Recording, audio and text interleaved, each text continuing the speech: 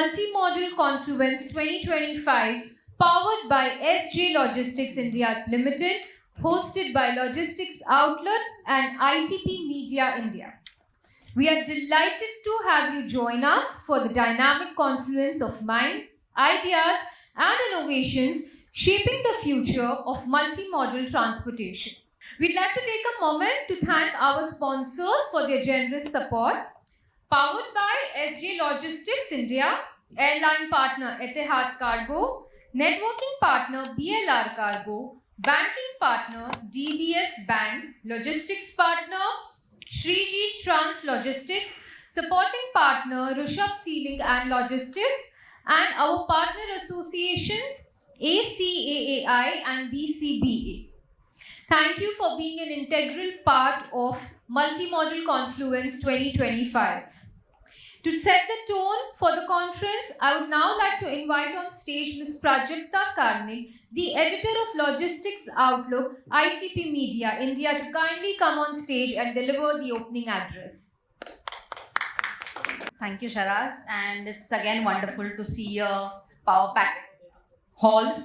And in the morning also we had another conference, that was Air Conference, and we got the same response. And thank you very much, everyone, for coming here amid rains. So once again, good afternoon, ladies and gentlemen, and the distinguished guests, industry pioneers and partners.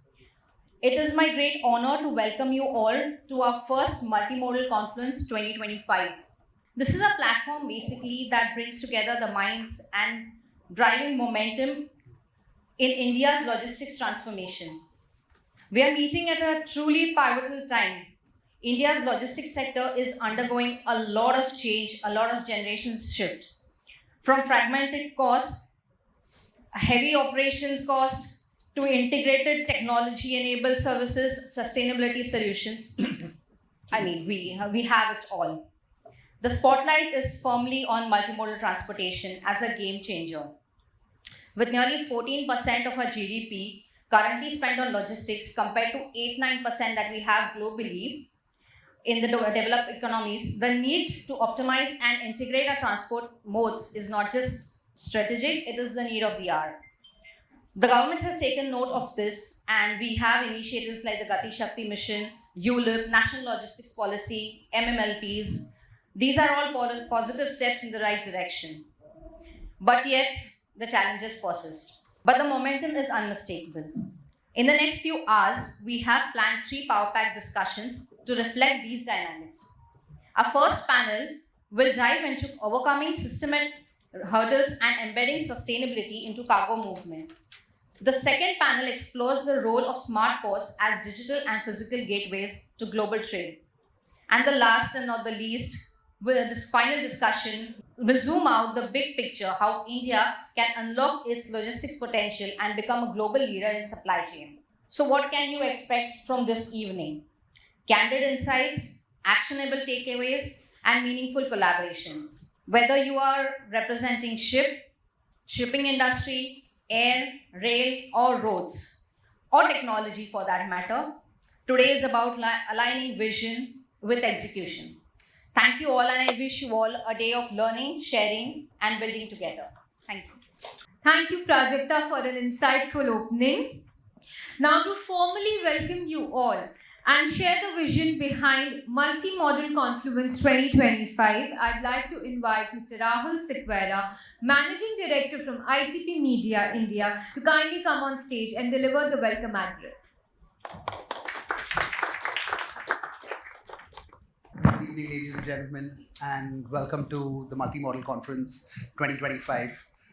As Prajakta rightly mentioned, we had a great panel in the morning talking about the Air Conference. Logistics, we are basically looking at a $5 trillion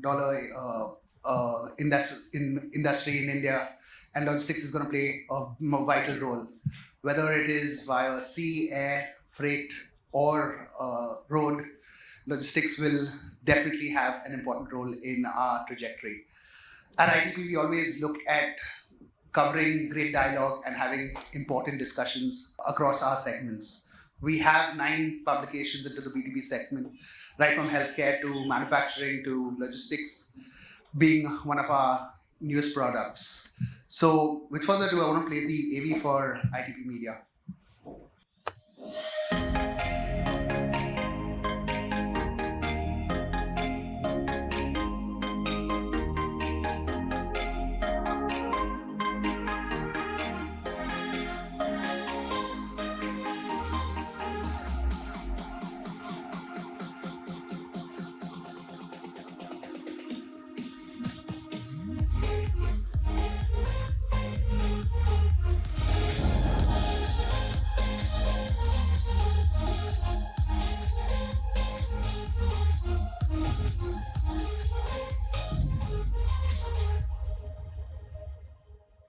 So yeah, welcome all to the Multimodal Confluence. We'd like to thank our partners, SJ Logistics, Jeet, Kulshekhar ji.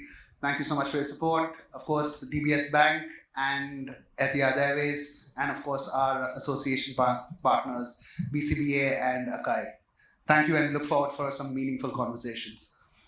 Thank you, Rahul, for setting the stage for what promises to be an impactful event.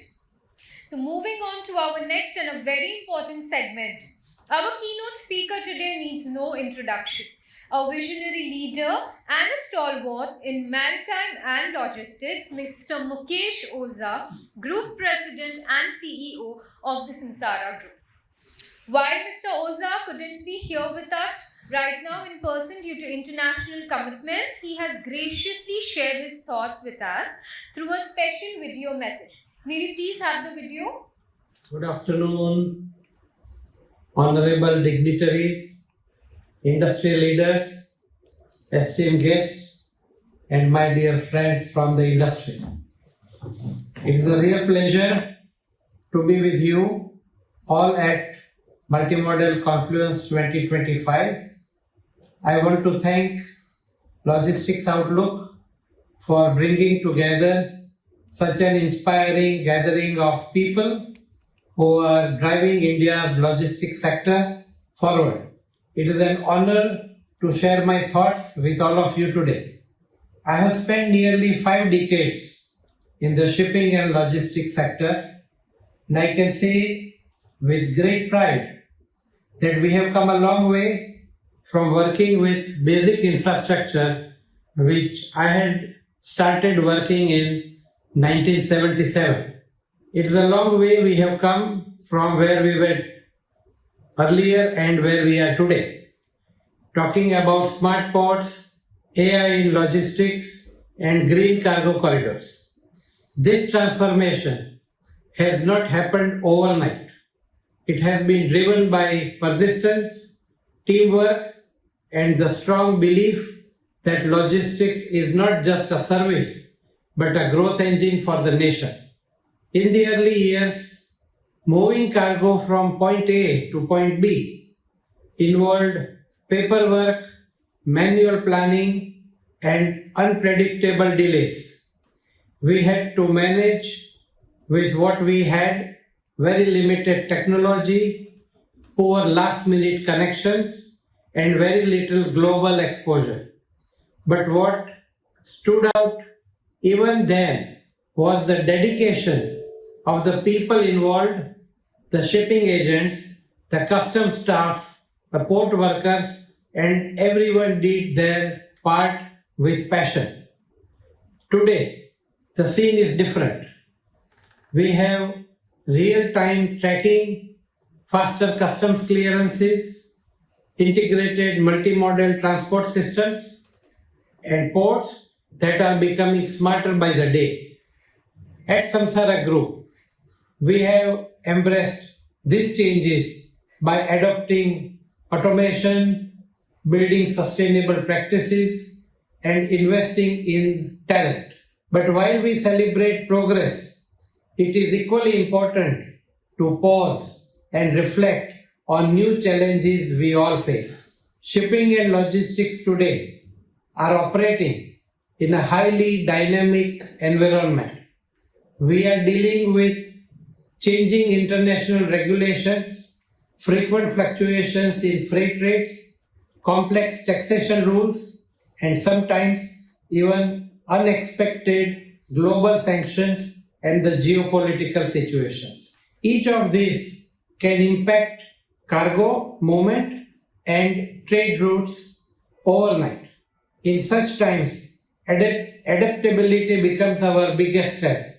We have witnessed only in last 2 to 3 weeks how quick changes affects daily life and the life of the logisticians. Our response must be twofold. First, building internal resilience through better planning, technology adoption, and smarter fleet management. Second, collaborating across the ecosystem from port authorities to freight forwarders, customs, and policymakers. Sustainability also needs to be at the center of all this. Green ports, energy efficient vessels, digital documentation, these are no longer future plans. They are urgent needs of today. Another major change we are witnessing is the role of ports. Earlier, ports were seen only as entry and exit points, but now they are evolving into hubs of intelligence with digital twin systems, AI-driven cargo planning, and predictive maintenance. Ports are becoming faster, cleaner, and smarter. We need to push for further digitalization, improved container turnaround, and investments in green and port infrastructure. Smart ports don't just reduce costs, they improve reliability and make us globally competitive. India has the potential to become a global leader in logistics, sheer because of the volume that we possess. With our growing manufacturing sector, strategic geographic location, and the rise of initiatives like Make in India and PM Gati Shakti, we are at a turning point. But to move ahead, we must ensure that all modes of transport, air, sea, rail, and road, are not only connected but also coordinated properly. Multimodal transport is the future. It reduces costs, improves delivery times, and builds redundancy into our system. The National Logistics Policy is a great step in this direction, but we need faster implementation and stronger alignment between central and state leaders. To the younger professionals, I want to say this is an exciting time to be part of logistics. You are entering a field that is no longer behind the scenes. You are at the center of supply chain strategy, digital innovation, and global commerce. My advice to you is to be curious, keep learning, stay connected to the ground realities, don't chase shortcuts, and never forget that relationships and trust are just as important as technology. The government has taken bold steps in the last few years. Initiatives like Sagarmala, Bharatmala, Udan, PM Gati Shakti have created the right foundation. But the journey ahead needs stronger coordination, especially in the steps of compliance simplification, infrastructure financing, and data sharing. We also need consistent support for sustainability efforts. The private sector is ready to invest, but we need incentives and clear roadmaps. Logistics should not be seen as just an operational function, it must be treated as a national economic priority. One important thing which we all must try to adopt is in our multimodal logistics, we do not learn always from the other sector. The road people need to learn from shipping, shipping people from air people from warehousing, warehousing people from distribution. When we will achieve the best possible traits and value system of each of our segments, then the real strength of multimodal logistics sector will rise in India. Let me end with this thought.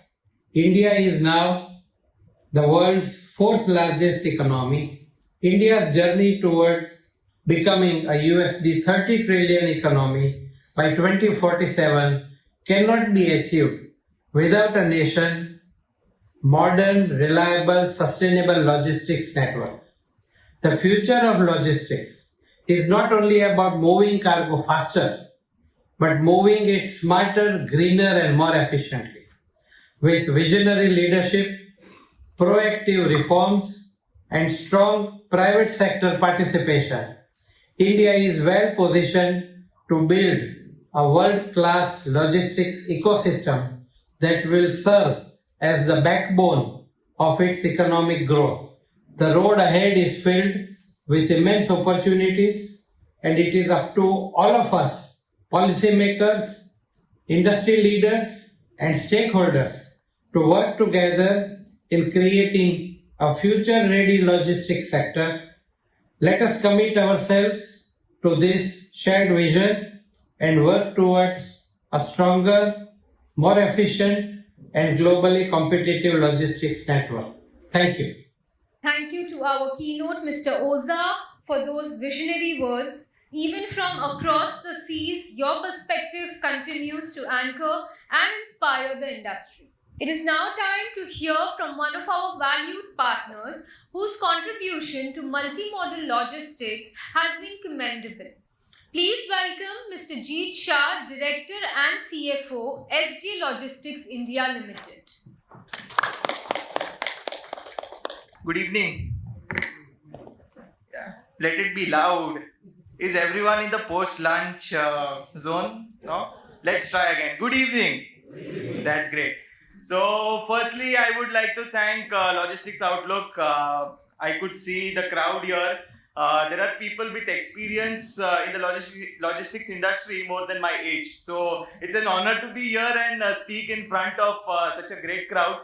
And to introduce myself, I am Jeet Shah from SJ Logistics India Limited. And I am here to talk about our company, and it's a journey. It's a journey which I have seen in front of my eyes. This is the second generation which I am, started by my father, and he's right here.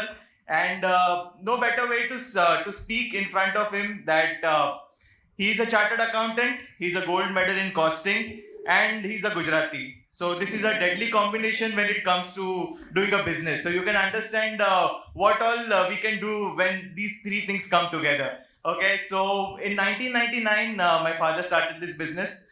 We started with freight forwarding, and still freight forwarding is our baby activity that remains our day-to-day activity.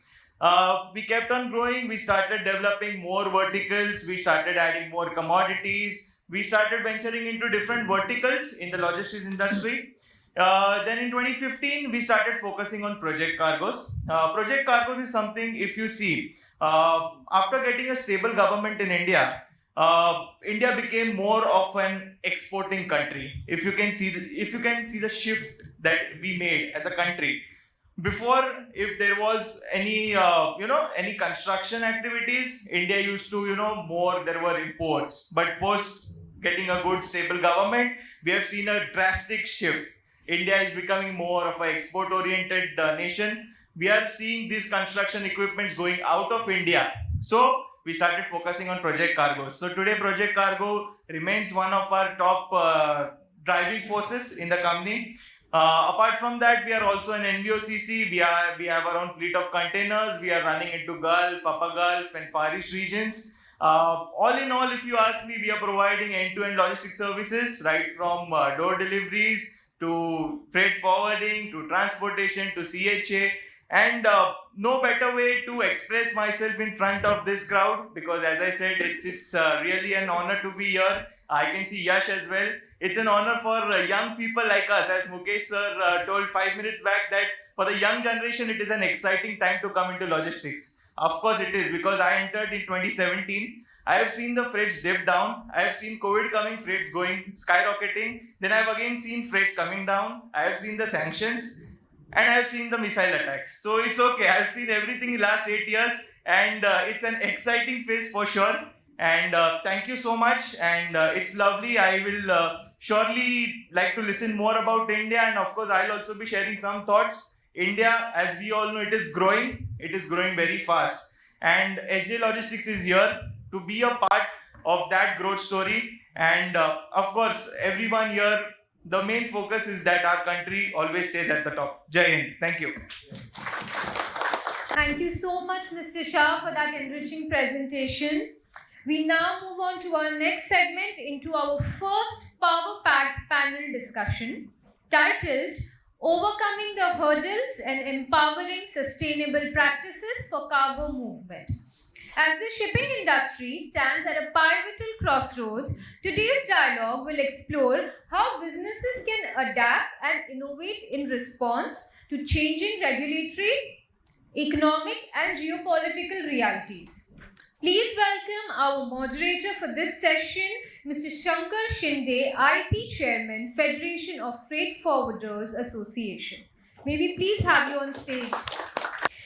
I would now like to invite our fellow panelists. Joining sir on the panel today are Captain Pankaj Mehrotra, CEO Shipping Agency Samsara Group, Mr. Yash Radhya, Director MPRS, Mr. Shashi Mishra, Joint General Manager L&T Energy Hydrocarbon, Mr. Ramit Mahajan, Head Customer Experience IMEA Henkel, and Mr. Pratap Chauhan, Head EXIM Jindal Stainless.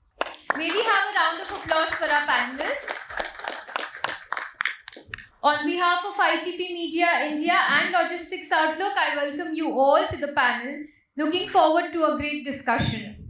Thanks. Good afternoon. A great opening for the session by the keynote, and thanks our mentor, Mr. Mukesh Oza, who has been always guiding us throughout this industry, whether it is a shipping or MUSAC or logistics service provider.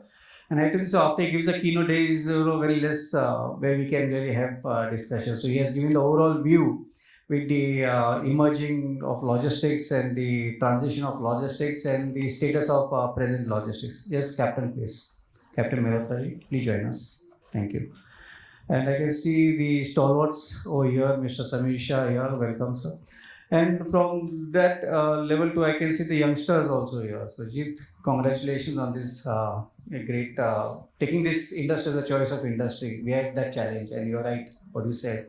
And here I have Yash also next to me. So it's really see. So that is what we are looking for, to have this industry professionalized and see that the next generation, how we get professional this industry, giving a choice of industry.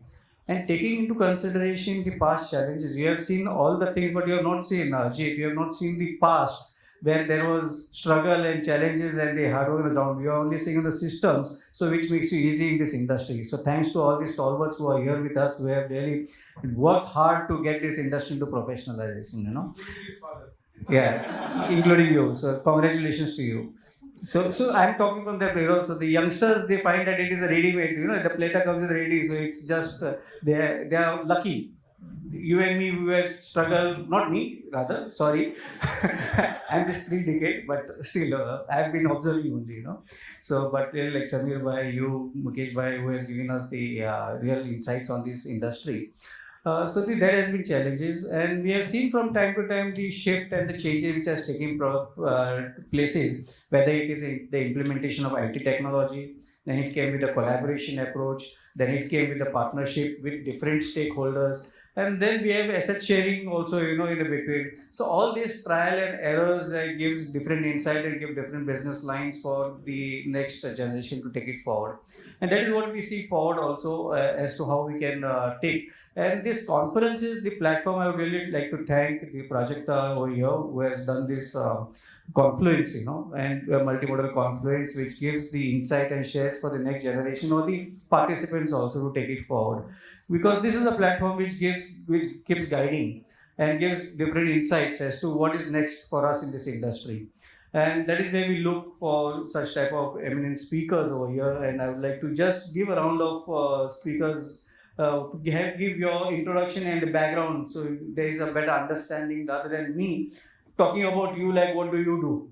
So I think so you will be in a better position if you all agree. Is it okay? And I would like to welcome the panelists over here. We have Captain, our CEO of Samsara, Mr. Pankaj Mehrotra.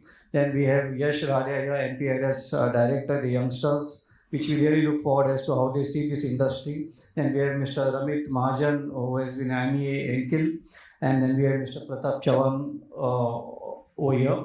And all these eminent speakers will give a different perspective from logistics on the importer-exporter side. So the whole trade is covered on this panel discussion. So I'd just like to start from right to left. Sorry, Mr. Ramit.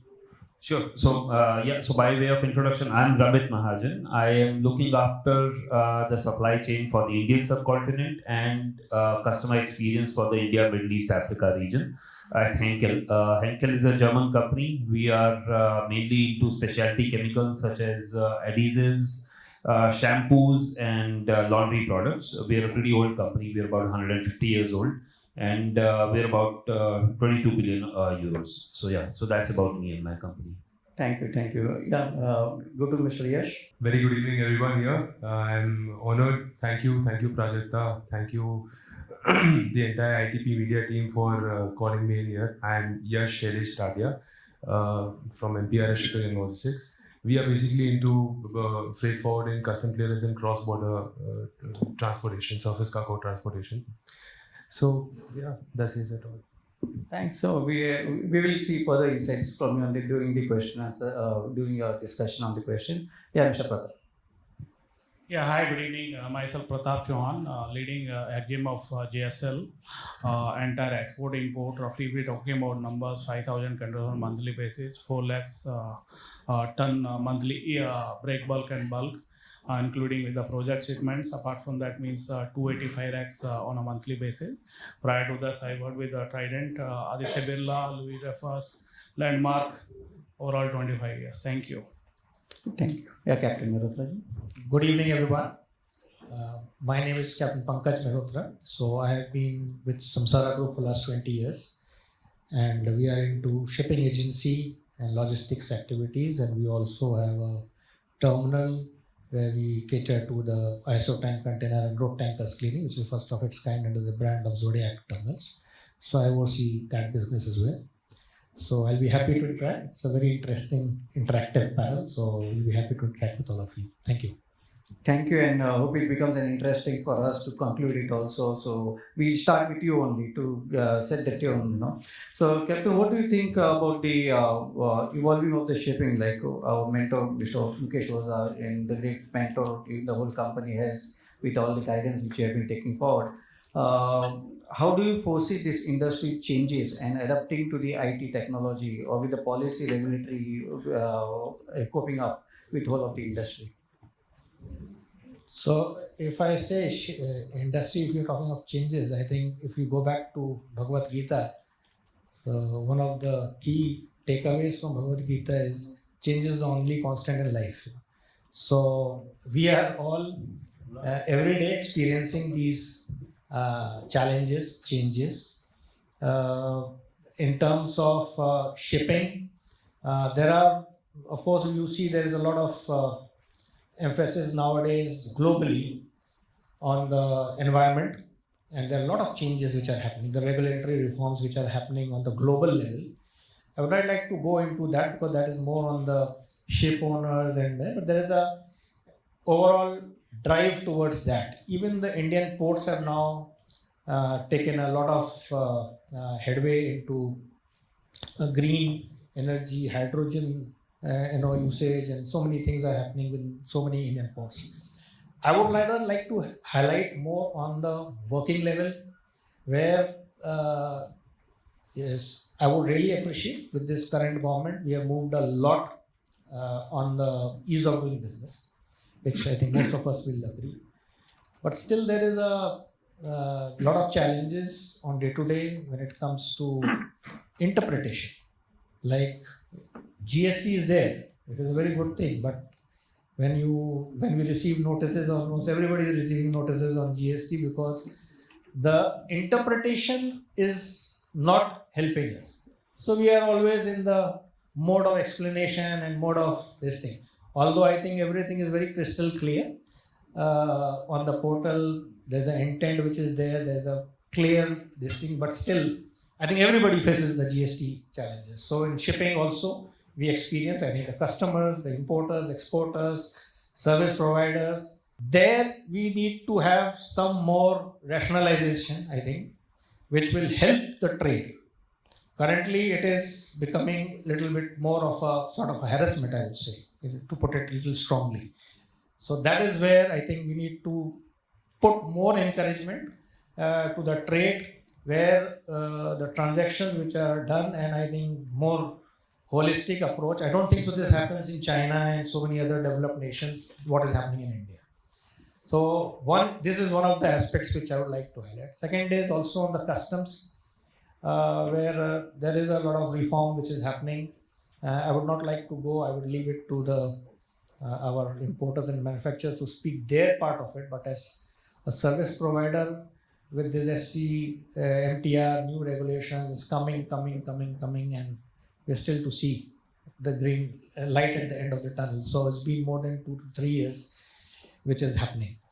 So customs and GST, I think these are the two important things which is there.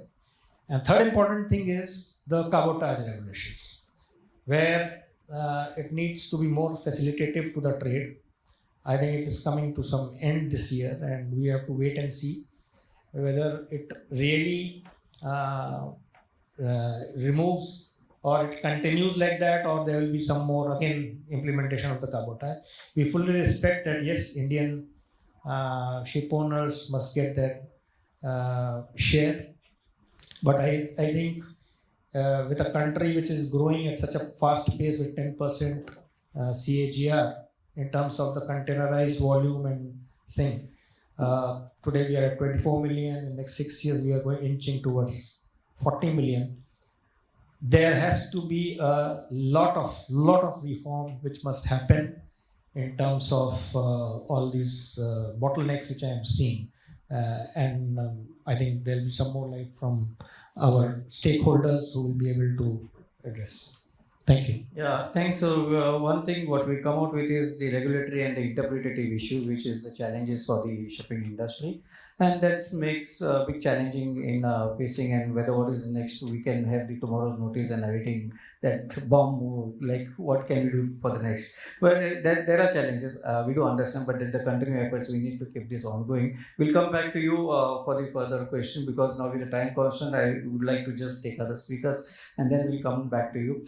Yash, you're the youngest in this panel, right? Am I right? Absolutely. Yeah. So thanks for confirming. But if you see the MPRS growth also rate and the other companies also, these 3-generation companies, 3-decade companies also degrade. And what we see the MPRS has taken. What is the secret, and what do you find something different? What do you do, like, and what is that the advice for the industry? See, today I'll tell you the market is very dynamic, and we need the members, the catalysts of the market to be very dynamic. Okay, so at MPRS, if you ask me personally, just like me, I have a lot of my friends sitting out here who are of very young age. Jeet here, I see a lot of them sitting in the back as well. So the only thing that we see is only the warm blood, the hot blood can take this market forward, and along with the guidance and the path that is shown by our very experienced veterans sitting here in this entire hallway. So again, you want to give a credit to us only. Thanks As mentors, certainly yes. Okay. The shift and dynamic, like when we talk about the freights, the competition on one side, the freights on the other side, the challenge of the IT platform. So from that perspective, what is your advice? Like, are we going the right direction, or what is the challenges or how you have taken this forward, considering the whole integration? See, absolutely. Today, the competition is bringing on IT. That means they are moving at the right path. They are moving at the right pace. And that's where you have to lie. You see, today digitization is something which is it's not something different, or it's not something unique. It's the need of the hour. So when it comes to IT implementation at MPRS, yes, we have our own built-in systems where we ensure that everything is right in place. Today, data is the new oil. You see, so if you put in the right data, the output has to be right. Number one. Number two, when when you start working on that data, you don't need to put in your lot of efforts. The data will put a lot of efforts for you, and then obviously it will yield you results. So for everyone over here, yes, absolutely. IT integration is something that we are looking forward for, and we have come almost 20% of the way. Rest is yet to come. Thanks for that. We'll come back to you again to have that, because we'll also take the other side of perspective from importers and exporters for whom we really provide the services. And I would just like to put this question to Mr. Amit. What do you think? See, on one side, you also expect these services from the logistics, but do you really value them when it comes to paying that values, and the amount of responsibilities, accountabilities the logistics service providers take, and how do you foresee this, and what is the expectation out of it? Yeah, so so I bring the other side of the table here, right? So of course I see a lot of logistics industry stalwarts here. I am not. I'm on the customer side of the logistics industry. So I get services from the logistics industry, and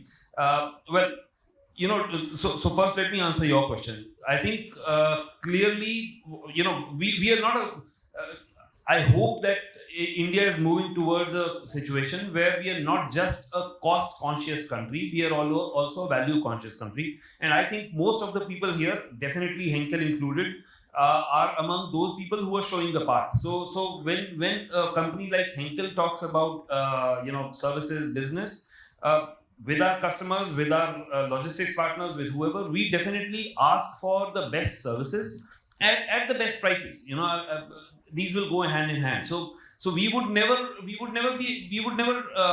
segregate the two. We would never say that give us the shitty service for the cheap price. We'll ask you for the best service, and then of course for that best service, whoever is the most competitive. That I guess is fair to expect. But for sure, and the reason we would do it is because our customers are expecting that. If my customer is asking me for real-time visibility, if my customer is asking me for state-of-the-art control towers and so on, I would expect the same from my partners. And unless I am getting it from my partners, I cannot provide it to my customers. And my customer, I can tell you, my customers, we are at the premium segment. We get paid from our customers, and we make sure that we pay our partners. So yes. Thanks for that. It looks good to hear for our ears, But when there's a smile or laugh or something, it's okay. Thanks for that, Etihad. But it may be with Henkel, but we have some smiles, so this is something different answer. But we'll try to come out of that answer also. So let us see what the other side also has to say. So what we have shared now, same thing. But I would not like to go into it now, because we want to have some different areas also. And when it comes to regulatory, you are head in Exim, you know the policies, the regulatory aspects of it. And Jindal Steel being one of the most dealing with the steel, present with BIS or these quality orders, what we read, what do you foresee tomorrow? Because the majority of our industry is depending upon the steel. So how do you see these regulatory affairs? And on one side we say of promoting, other side we say of make in India, made in India, promote export. But without the raw materials or without the manufacturing capacity, do you think that how it can be made possible? Yes, of course, if we're talking about it, not possible because we are 100% dependent on the raw material. And if we're talking about we are the generally we're talking about we are based at eastern coastal India, and maximally we are talking about 35% or 40% the minerals or maybe raw material we are able to source locally. And now if we're talking about 65% or maybe 60%, we are dependent on the global. So now the situation, now I'm coming to the regulatory, customs and another boundaries. So of course, if we are talking about, there are a lot of hurdles. If we're talking about the custom policy, if we're talking about example of custom policy, there is some differentiation, or we can say there is no similarity into region-wide. If we're talking about the southern or eastern, so there are some difference. So we are going to take up with the government that X notification is available in a YJAC, why that cannot be applied in a Paradeep or maybe a Calcutta. So that exchange of communication is continued. Now I'm talking about that the transparency means Jindal is that organization. We are a tech-driven organization. If we're talking about inside of our that cargo or maybe that each and every country is traceable. And if we're talking about documentation, means in terms of raw material or in terms of clearance, lot of certification and documentation is required, where we are dependent on the third party or maybe the government agencies, and that is after arrival or maybe during arrival. So sometimes it's possible to come on time, sometimes that we need to do that again the communication with them.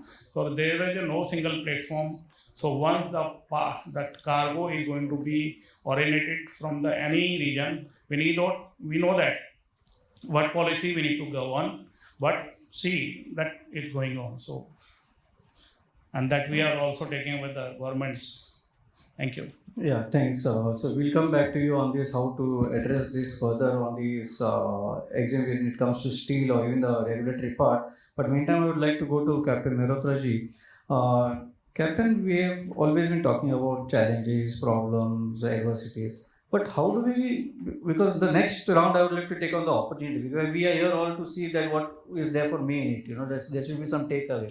During such type of adversity, whether you call it a Red Sea challenge, whether you call it the war, or whether you call the Russia-Ukraine war, so how have you coped up, how do you cope up with all such situation, and how do you still tend to give that continual service to the trade? And what is the future of this shipping trade?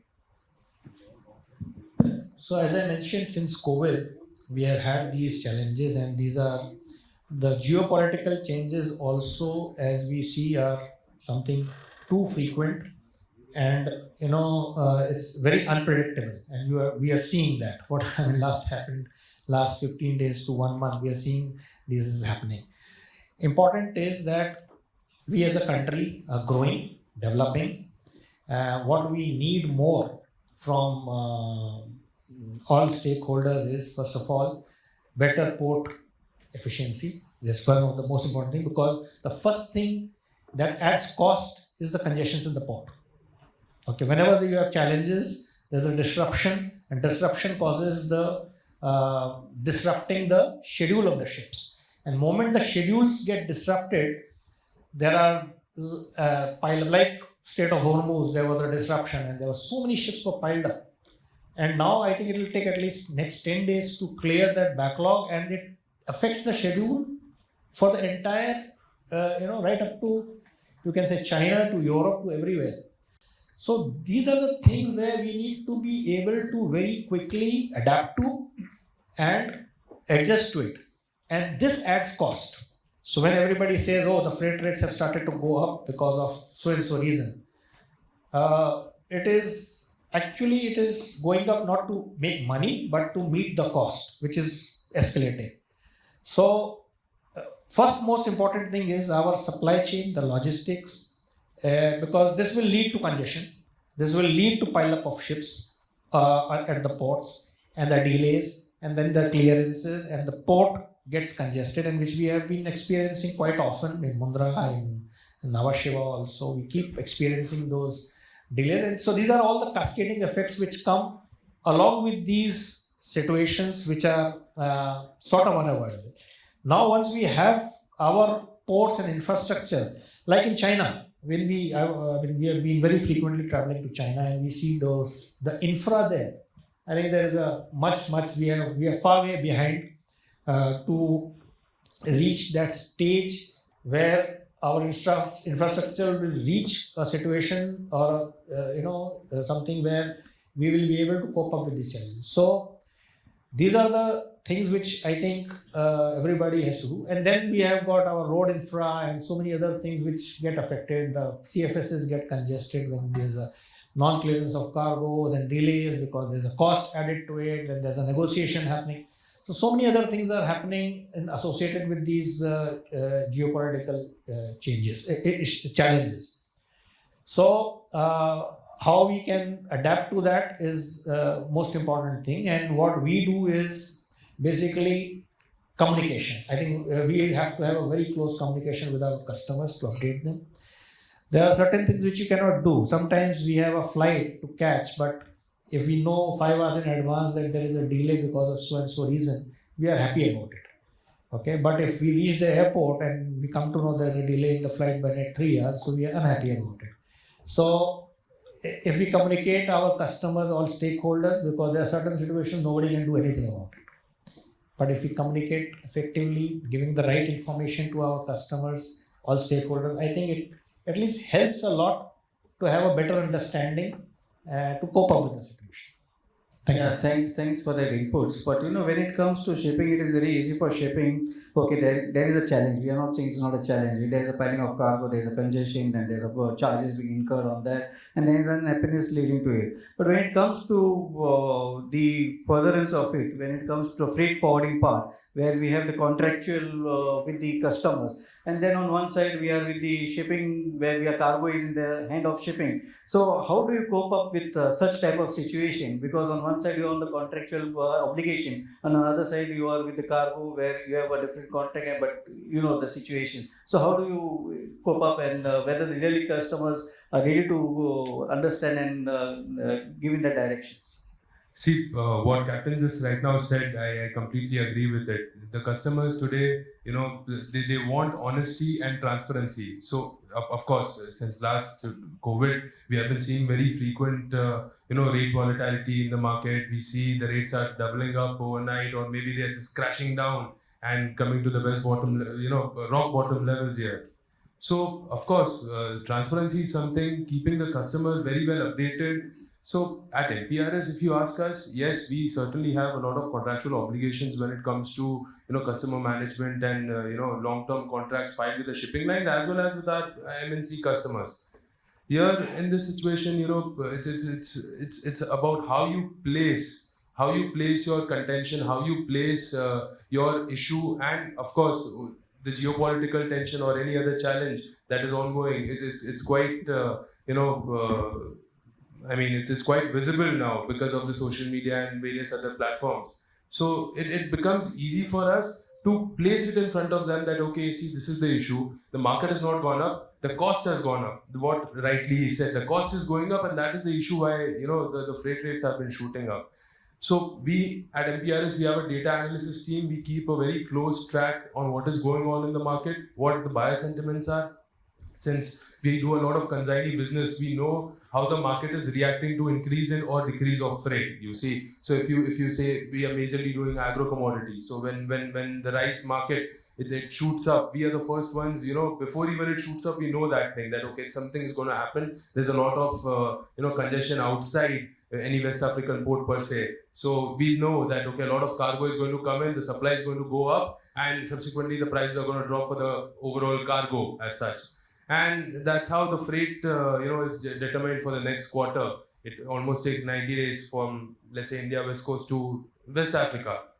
So we know that for the next quarter, the market is going to be very price reactive, and that's when our role comes in. See, at MPRS, we believe personally we don't sell freight.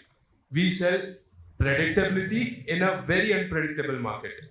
So I think, this answers your question. Yeah, it was a good, but it was digestion when it comes to practical aspects of this selling. It's really a big challenge for our industry, because being in the practical on a long-term basis, I think so we need to have this thought process for the future. But when Mr. Amit, when it comes to the digitalization and integration with the collaboration with the logistics service, what is your experience and what is your advice with regard to integration on the IT platforms?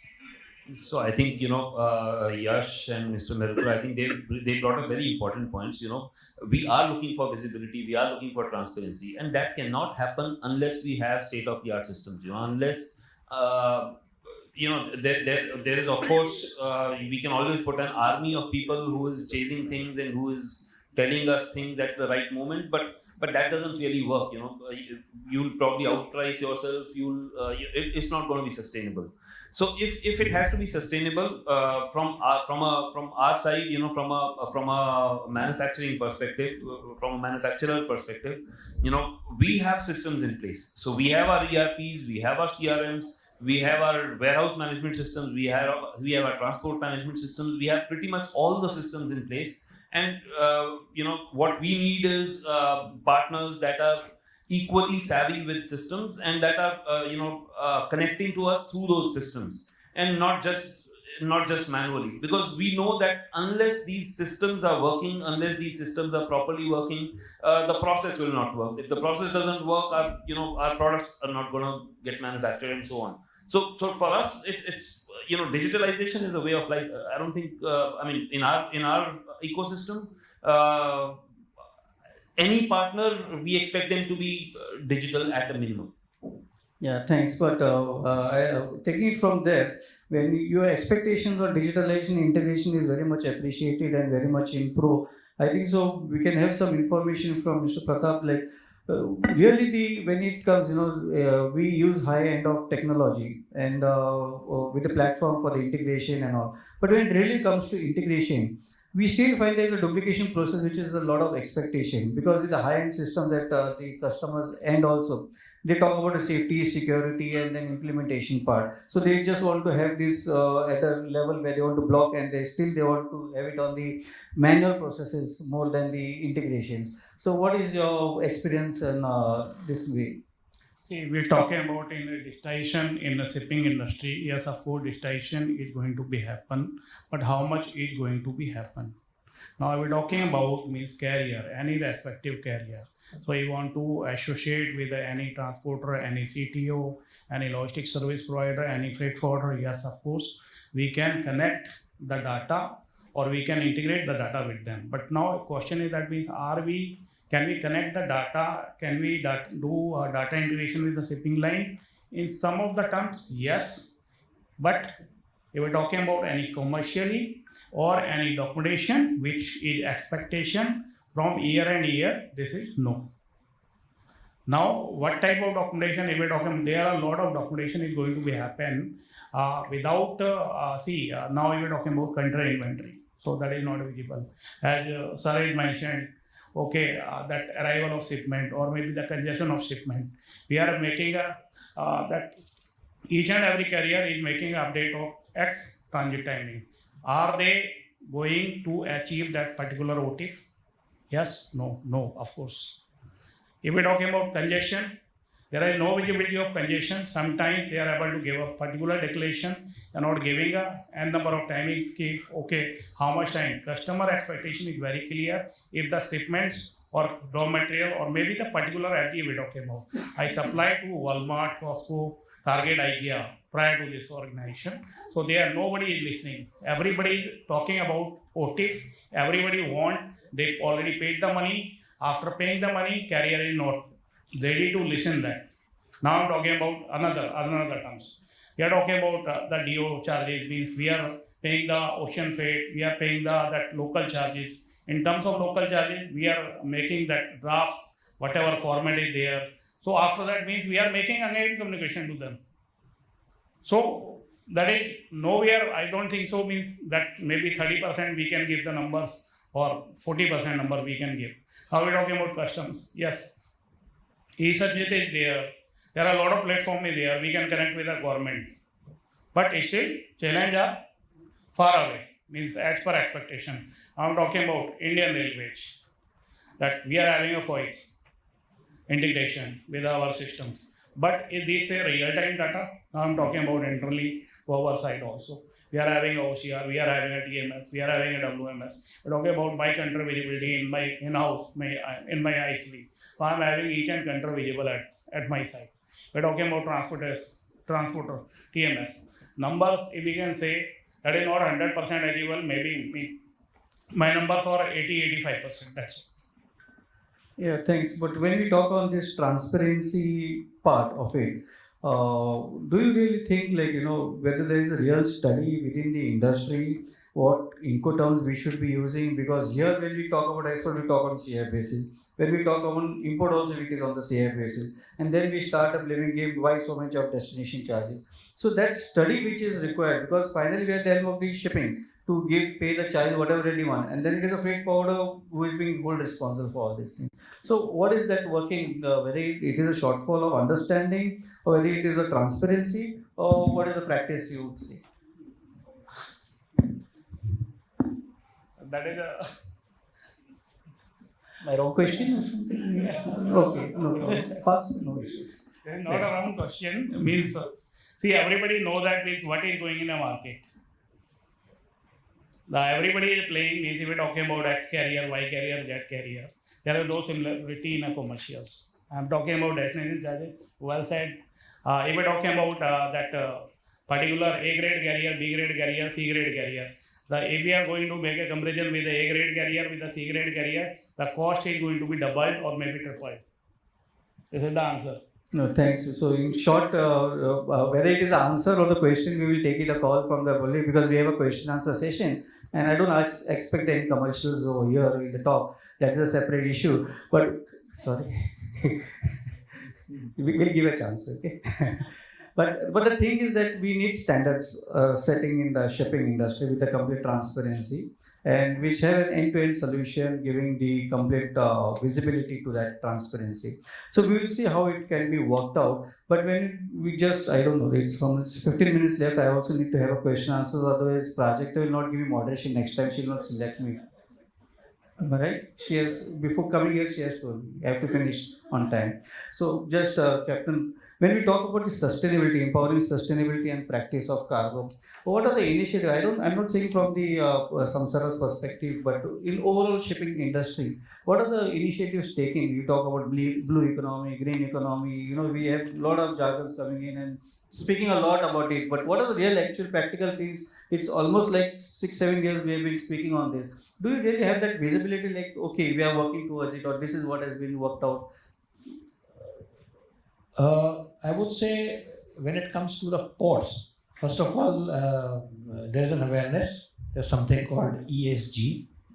There's some books being made by many companies. So I don't know how much it is practiced, but books are already being formulated, made. But when it comes to port sector, we see there is a lot of initiatives and a lot of things which are happening on having electric trucks, movers, and solar panels, and so many other things which are happening. In the industry also, we observe that these are the things which are happening. We also have a facility where we clean ISO tanks and road tankers. So just give you a small perspective to it. And we realize that in India, there's no road tanker from 300 billion to $1 trillion. But infrastructure wise and so many other things which are there, all the chemical companies are into ESG now. But what is happening outside, what is happening on the roads, what is happening with the vendors, what is happening to our rivers, because end of the day, the community is getting affected, and there has to be a lot of more initiative towards that. Yes, we want to be green. Again, I will mention China. If you go there today, you see absolutely there's a sea change, what we used to be and what it is now. We are still far, far behind. I think it will take 20 years for us to catch up in that part, in the ESG front. People are talking about it, good that they are talking, because it's a global norm and everybody has to comply with it if you have to deal with the West and so many other companies. I think Henkel will be able to tell more about it because they are European outfit. So, but everybody is trying to be compliant, but on the ground level, I think it's a lot more has to happen. Thanks for sharing that with China and following China for 20 years backlog. But I'll tell you one thing. By words we cannot understand, or by expression we cannot understand. For that we need to go and experience, and that is what we can really learn from there. So it is a real visit when we do to China. You get the insights of what really is happening in China, and then we're comparing India with China. He just recommended you will be in a better position to give some more insights, because chemical industry is the one industry which plays the most important role in the whole of the environmental aspect. So how do you tend to cope up and give these solutions? So, I think, Captain Mehrotra, I think rightly says that there's a lot to be done. And at the same time, of course, a lot of us are doing a lot of things. Speaking for Henkel, we are committed to be net zero by 2030. And what I can also tell you is that we are divided in regions, right? So we have APAC, we have IMEA, which is India, Middle East and Africa, we have Europe, we have North America, we have Latin America and so on. So within that, IMEA will be one of the first regions, and India among that will be one of the first regions to have all our factories at net zero. Out of 4 factories in India, 3 of them are already at net zero. One of them is going to be net zero in the next year or so. And then there are another 6 factories that I have in the Middle East Africa region. They will all be net zero before 2030. So at least in that aspect, within the Henkel world, we are ahead of China, I can tell you. But you're right. I mean, China is as an economy, they are definitely far ahead. But not only that, we put dedicated people, dedicated resources for sustainability. We have a lot of projects going on for sustainability. But then, of course, scope 3, which I think the logistics industry represents largely, that I think that's where a lot remains to be done, and that's where most of our emissions also come from. So we cannot hide that fact, but. We are all taking baby steps. I can tell you, Henkel is definitely in scope 1 and 2. We are taking a lot of steps. Scope 3, I would say still, I would say we are dependent on a lot of our logistics partners, but we are still taking baby steps. We are trying to go the EV way where we can. We are trying to invest in, the solar panels. We are trying to do all of that for our warehouses and factories. But let's see, it's a real challenge. We all have to address it together. No, thanks. Just taking the clue from Captain and what you always talk about EV and the carbon emissions and substitute to the fuel consumption. Yes, really, what do you think about this? When we talk about EV, are we really talking about the sustainability, or it is just a temporary shift from the emission from fuel consumption to EV, which is we find, but then we do not have a destruction plan for such type of EV based, whether you talk it in the battery forms or something for the futuristic. So how do we address this? How do we balance this? Because when it comes to logistics, the transportation sector plays a very most important role. So how do you foresee this? See, it's a very controversial topic. I have points for also and against also for this thing. But definitely, yes, India is very early for the EV mechanism. Obviously, we have seen almost half a decade, India has been investing a lot into EV vehicles and EV facilities. And of course, EV runs on battery lithium ion. So I think we are seeing a lot of new initiatives, Shankarji, for the recycling of EV materials. And again, that is primarily linked to China here. Okay, so of course, China is way ahead of us, and we see a lot of developments coming in from China. But subsequently, the infrastructure that has to be, installed in each and every part of this country to maximize the usage of an EV vehicle is of utmost importance as we speak.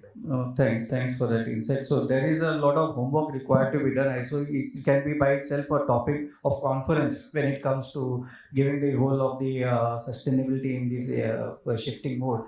But just we'll go for the last question, and then we go to the question and answer session. When you talk about logistics and when you talk about the movement of goods across the borders, what are the major aspects? Do you assess on the basis of the carbon emissions, or whether there's really shift with the logistics companies, or it is just the cost factor you would like to see? What is the preference from the trade? See, right now, if we're talking about for global, yes, of course, no. And but if we're talking about in internal transportation, if we're talking about from our port movement to our plant movement, approximately 85% through rail only, 15% that is a road. And they say due to plant demand only. You want to go 95 or 100%. Now we're talking about domestic. approximately we are having a 60% on road, 40% on rail. And this combination is going to be changed within this year or maybe next year. That will be 40% on road, 60% on rail. Now we're talking about usage of EV vehicles. Yes, recently we done a 3 years contract and 5-year contracts for short haul for EV vehicles. So approximately we're talking about Etihad to Delhi, from entire Odisha region, we are covering from our service center to local region within 100-120 kilometers. We are covering through EV. So this we are doing as of today. Yeah, thanks for sharing this important thing. So there is a move and there is a thought process behind this. Whatever is in the control, at least we start doing that. What is required in the future, we'll look into it, getting the future insights as to what are the studies want to recommend. So we have still 6 minutes to go. And before we go to the conclusion of the panel session, I would just open up the question and answer session, because I want to make the justice to the panelists also and to the audience also. If there's any questions for our panelists over here. And they made my work also easy. I think there's no question. Looking at the time, I know it's a bit late, delayed, we are behind the schedule, but going ahead, and they have made my work also easy, because I tried to say that we can get insight also and conclusion of the session also. So they have concluded for me also. So because they gave the insights first and countering those insights only, we got the conclusion as to what are the concluding remarks for me. So there is nothing more left for me also to conclude. Am I right? Or is there anything what you would like to conclude on the other part of it? Great, thanks. That's it. So that makes something interesting. I have a question for a captain. You were just mentioning about the GST. So, is there any idea that we have any representation from our industry to the government regarding, yes, you use the word that it's a harassment. Yes, definitely people will not come out openly and discuss about that. But yes, to any scale, we all are facing a problem. So on the one hand, the government is definitely supporting us by way of infrastructure, and a lot of developments are going up. We are targeting by 2047, and yes, recent part, we are the 4th largest economy now. So we are not getting the same kind of support from the bureaucrats or from the agencies. So is there any plan to have a representation from our industry to the all these authorities, where we can convince them and we can explain them what this kind of service we are giving, and what kind of lesser problem we can face in the future? So do you see any? So definitely, even I would like to come and meet Mukesh Bhai on this, and jointly we can have some representation and go to the authorities and make them understand. So it's a common disease. Huh? Yeah, definitely. So I can only speak for the container shipping lines, because I think CSL is fighting a case, a serious issue where their lines are exposed to hundreds of millions of dollars only on the interpretation part. There is a representation which has gone right up to the ministry, and it's quite a serious issue. And likewise, I think I would, Shankar, I will take the question as a moderator. I take the right for the of the question also, if it is okay. First of all, GST topic by itself, panelists. Okay, so it's out of scope question, but still we can take that answer. That's not a thing we can have an offline, because we are short with Priya and I have a challenge from their backside. So that's a big, huge question which requires itself a session to discussion. And second thing, I think in the opening remarks you said there is an interpretative issue. Not really, though the laws are clear. It's only an interpretative which requires the clarification, and the mindset cannot be answered at this forum. So it's a mindset game where we need to have a different approach. So we will also look into that, and we need Mr. Mukesh Bhai, and also with the CSLA, there is a lot of dialogue with AAAI, MTOI, and all associations already. There's a good representation also. We can share the papers also with that. BCBA is also there. So there's a huge work background is being happening, and even the compilation of cases also. So we will take it forward from there, and it requires a great study for that purpose for representation as a joint representative as a logistics industry. Because when I say it should not be applied to me, the other says it should be applied. So within us, we have to have some commonalities for representation. Otherwise, then the advantage goes on the other side. So let us first sit across all stakeholders, get to a commonality, and then it makes sense in representing where it hurts our industry, where it is a win-win situation for all of us. Yeah, I think so that would be a better way of addressing. Yeah, thanks for that. With 2 minutes, I would leave it for the organizers if they have something to conclude with. But I would like to really thank all the panelists for making my job easy and supporting me to complete the whole session in time. It was really a great insight from the importers and exporters side also we had over here. Giving the different perspective on the other side of the table, and with the youngsters and also the experienced stalwart over here, where we have the both challenges, which as adversities, which as can convert into opportunities, and such type of situation which we are undergoing now are really the adversities where we can look how we can have some greater things out of it to take it as an opportunity and take it forward. Thanks once again to all the panelists, and thanks for audience for being with us all the time, and wish you all the best. Thank you. Thank you so much to our panelists for that enlightening discussion. So it's clear that while the hurdles are many, the industry's commitment to sustainability, innovation and collaboration is even stronger. And with that, I'd like to now invite on stage Mr. Rahul Sikwera, Managing Director, ITP Media India, to please come on stage and felicitate our esteemed panelists. May we have a round of applause for this session, please? So we start with Captain Pankaj Mehrotra.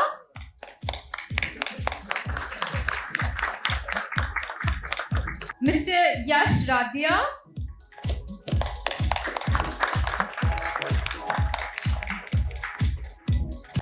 Can we have a round of applause, please?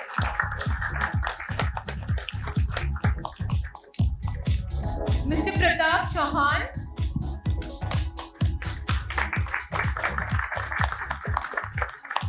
And last but not the least, our moderator, Mr. Shankar Shinde.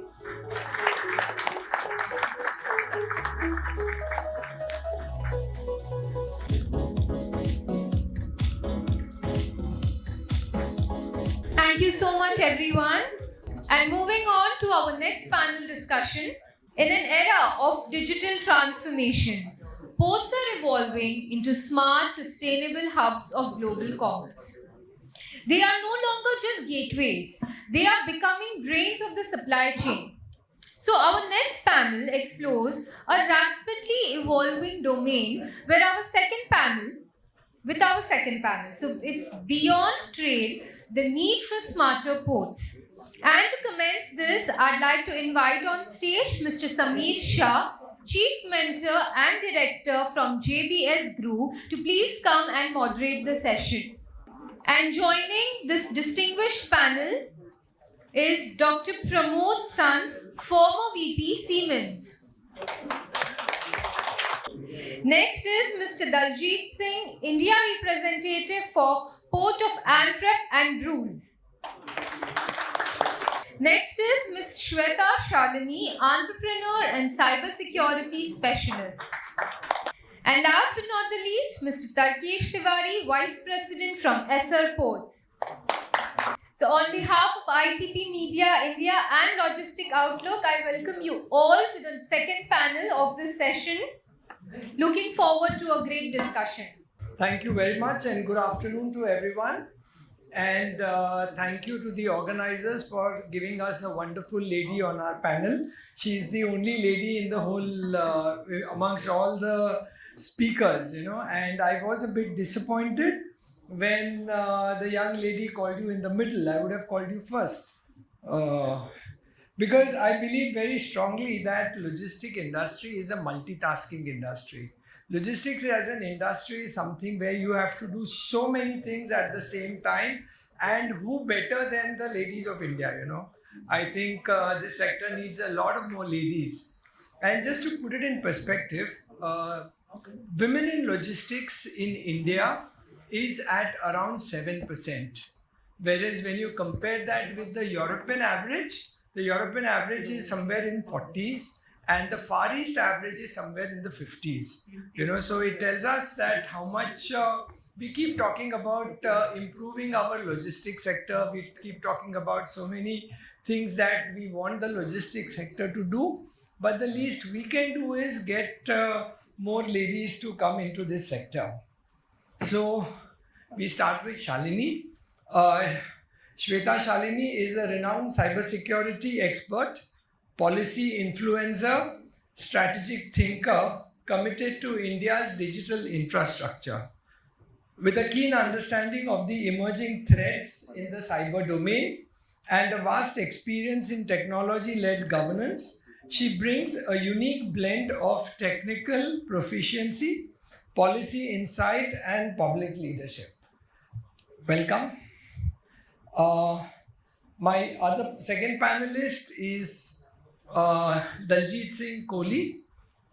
He's the international representative for India of the Port of Antwerp and Bruges and is responsible for the development of cargo flows between India, Europe through the Port of Antwerp, Bruges, along with attracting investments to the port, thereby contributing to the economic prosperity of the port, the region of Flanders and Belgium. And I must admit that when the first time the Port of Antwerp set up a representative, I think it must have been 2006 or 2008 or something like that. And I was wondering what can a port do by setting up a representative office in a foreign country, and that also in a different continent. But they not only proved me wrong, but they also encouraged so many of the other ports to open their offices over here. So now we have a lot of ports in India who've opened their offices. One interesting thing happened that many of the ports opened offices through agents in India. But over a period of time, the Indian belief of distrust didn't let those ports grow. So now you notice that all the ports have stopped the agency business and have come into the country on their own. We have Tarkesh Tiwari with an experience and expertise in project conceptualization, project development, and techno-economic viability and assessment. And lastly, we have Dr. Sant with us, who brings in 4 decades of experience in supply chain management, procurement, indirect procurement, logistics, imports, export, and foreign trade and export control and customs. Shankar, in the earlier, was so much into the youth and the future. Now we are the present and the past. All of us put together bring in around 150 years of work experience together. And I am not going to have a question answer session. I want that the entire 1 hour can be a question answer session. So we'll be very happy if you all want to ask any questions at any point of time during the presentations, during the discussions, in the middle. I think that will help us all grow much better. We might have a better 1 hour with each other when we do that. The topic given to us is beyond trade, the need for smarter ports. So we are not discussing the need of a port. We are not discussing the need of the trade. We are only talking about something beyond that. But sometimes I often wonder, what is a smart port? What is smarter? Because it's become so fashionable today for us, all of us, to use the word smart and smarter continuously, that when we had a short discussion, I had to ask that, how do I define smart? So I do hope my panelists can help us in defining what is smart, And we're also talking beyond trade, but we must recognize that whenever we talk about a port, we talk about an airport, or we talk about any such infrastructure, it has to be designed, thought of, strategized beyond our lifetimes. And we in India have still to learn how to do it beyond our lifetimes, how to do it beyond generations. I have read a paper of the Port of Antwerp where the vision went into about 90 years or 100 years. Now, I think that is what would be beyond. I would define beyond in that manner, that how do we look at all of this beyond our lifetimes, where we don't even know. We find it difficult at my generation to even understand how Gen Z thinks. And then if I have to design something which is going to be 50 years after Gen Z, I don't even know how they are going to think at that point in time. And that is what's going to be very interesting for all of us when we have to design something like this, We've got to also recognize that India today is at a stage when the government wants to support. Yeah, we may be having problems like Sir said about GST and discussions and all of that, but then you're a democratic country. And because you're a democratic country, everyone is at liberty to interpret whatever they want in whichever manner. But we are at a stage where the aspirations of the private sector are being met with contributions from the public sector and the government. And if we don't do it now, I don't know when we will do it. So I think conferences like this, events like this are the correct way for us to think about it, share information with each other, share our thoughts, talk to each other, be open-minded and accept that others can have a different view than whatever we have. I also heard Captain Mehrotra, very dear friend of mine, use the word incentive.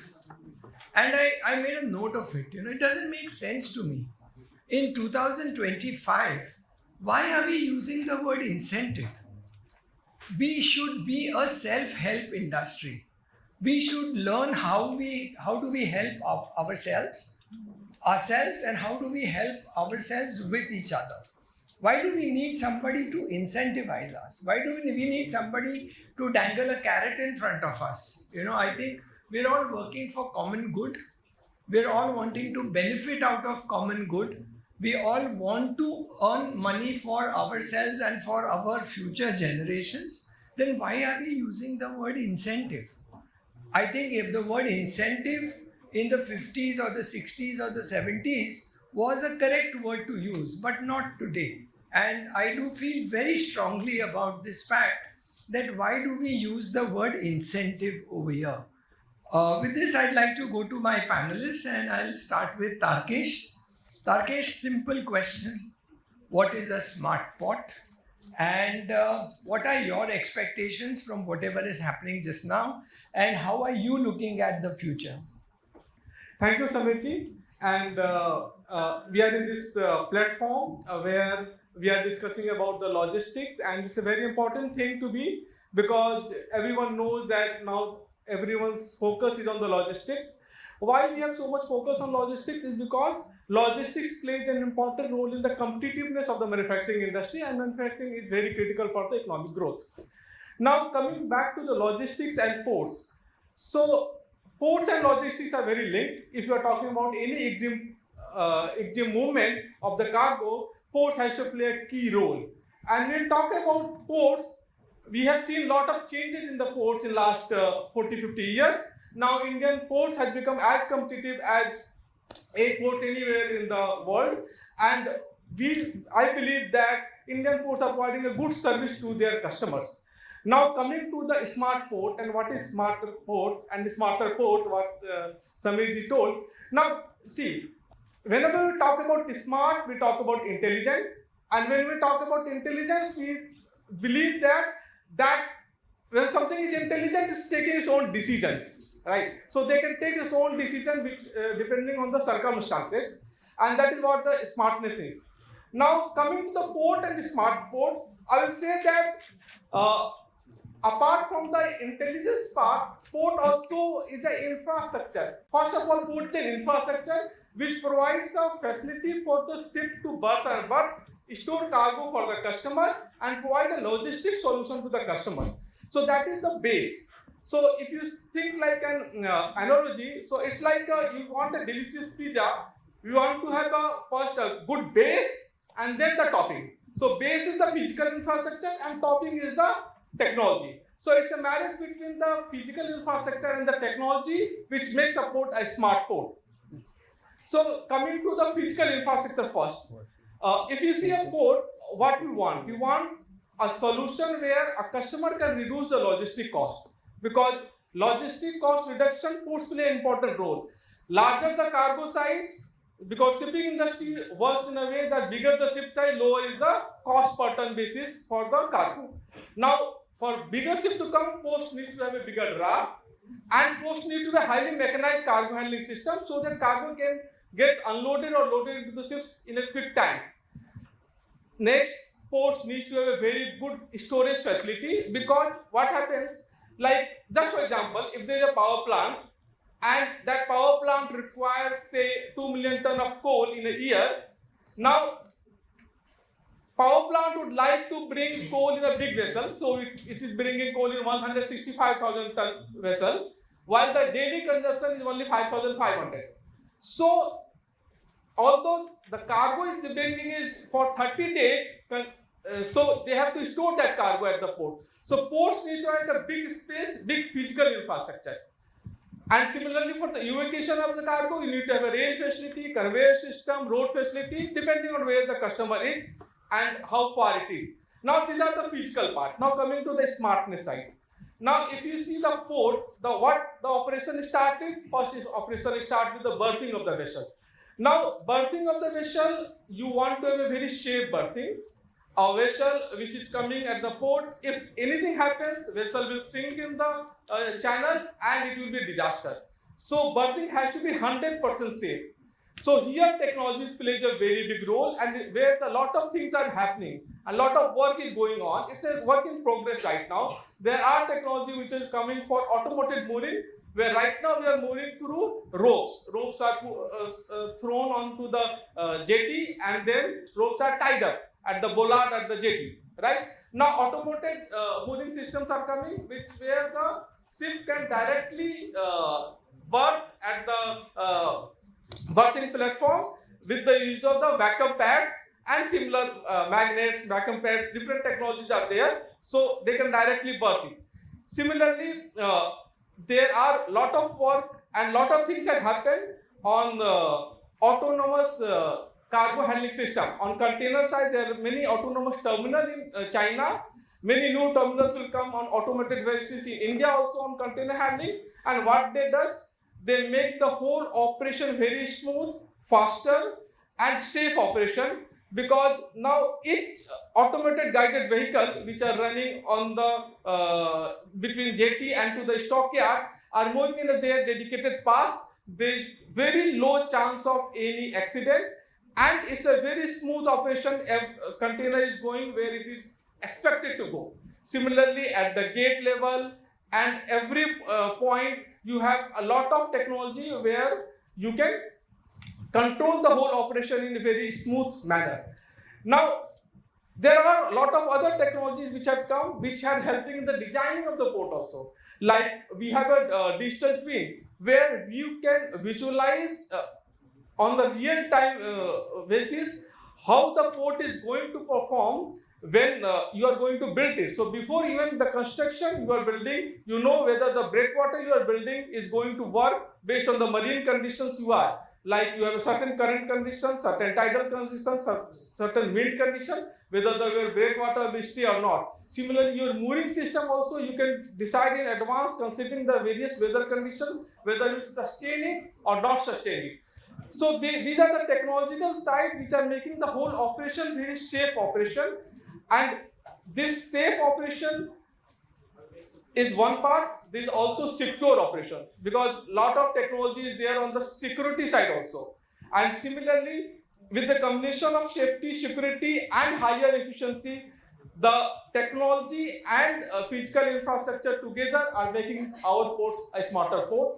And we can see a lot of development in another 5 to 10 years time when all this technology grow further, because with the AI, 5G and IoT, all these have given now basic platform where there are a lot of scope for future automation, and with that this whole system will grow and become more mature in next few years, and we'll see a lot of technological driven port which can be called a truly a smart port in terms of technological side, but physical side we are already at very advanced stage.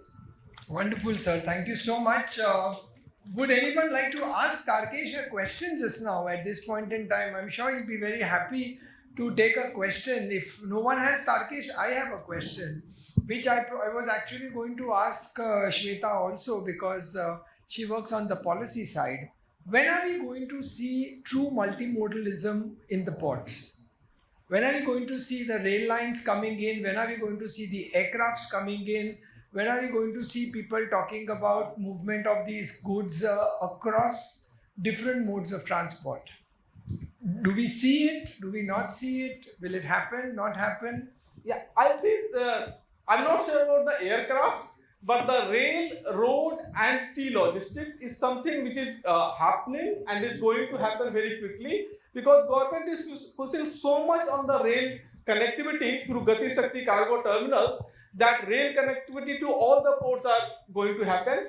Now, coming to road is already there, and NHAI has done great job in connecting all ports with a good quality road. So rail and road is already there.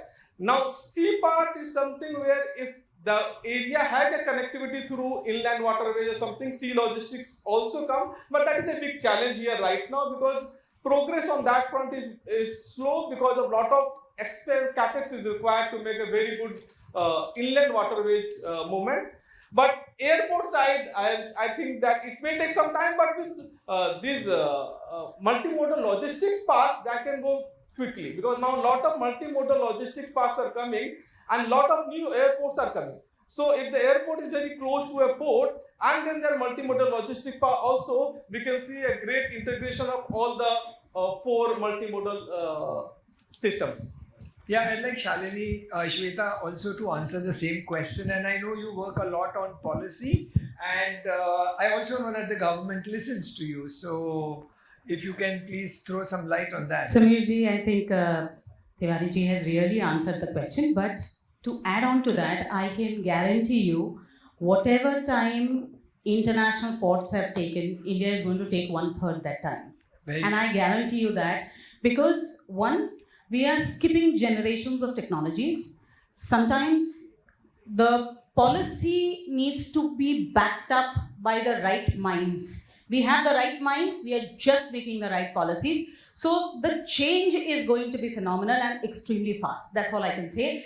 Giving you a number, we are going to be a superpower soon. So we cannot be a superpower without the logistics. So I guarantee you, being a superpower will follow the logistics path.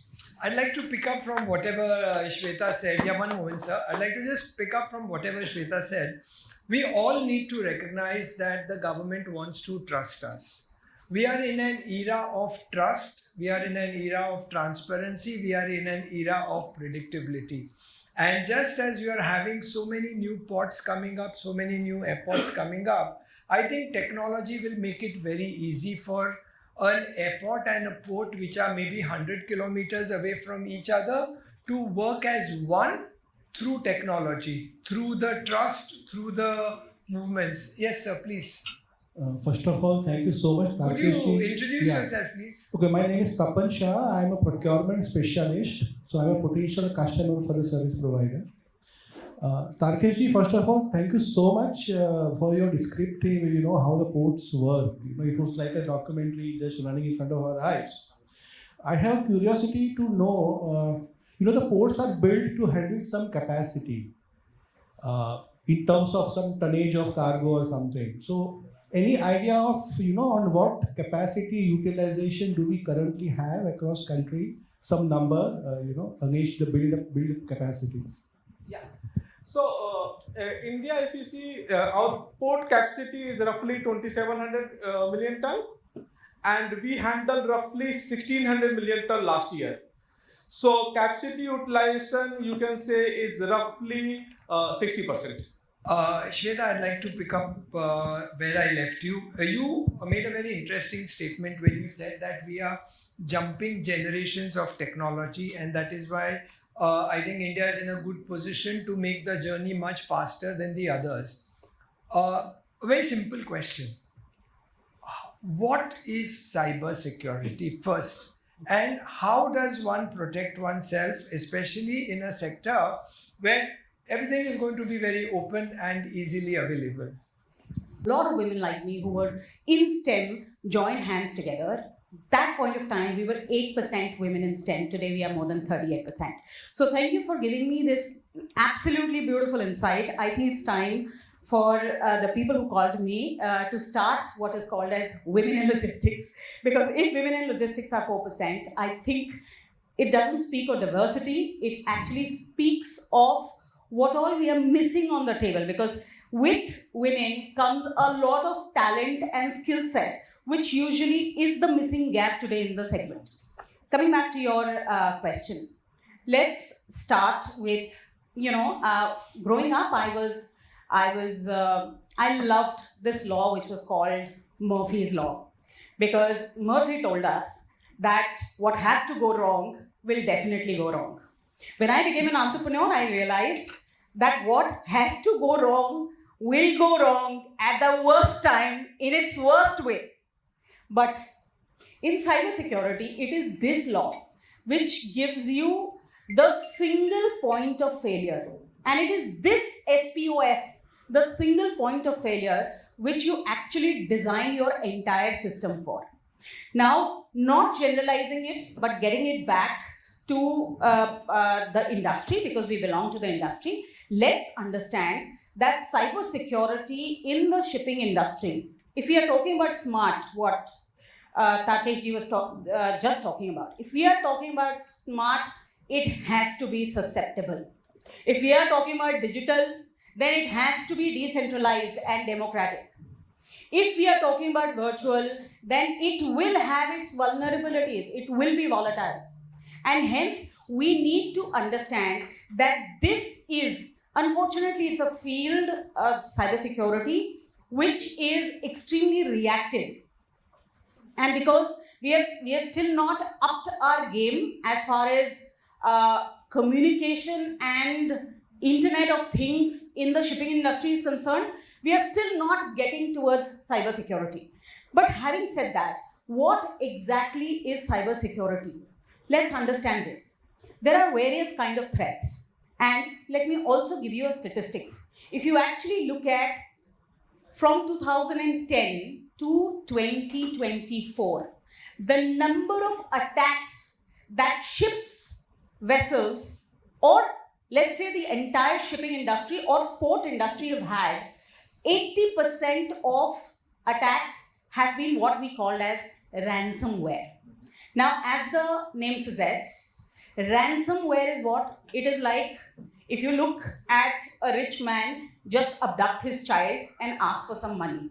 It is as simple as this. So, ransomware is actually abducting a part of your IT technology in your entire large system. So you take over that one bit of technology, and in that bit of technology, you are asking ransom from that person. It is as simple as this. And 80% has only been this, which means what?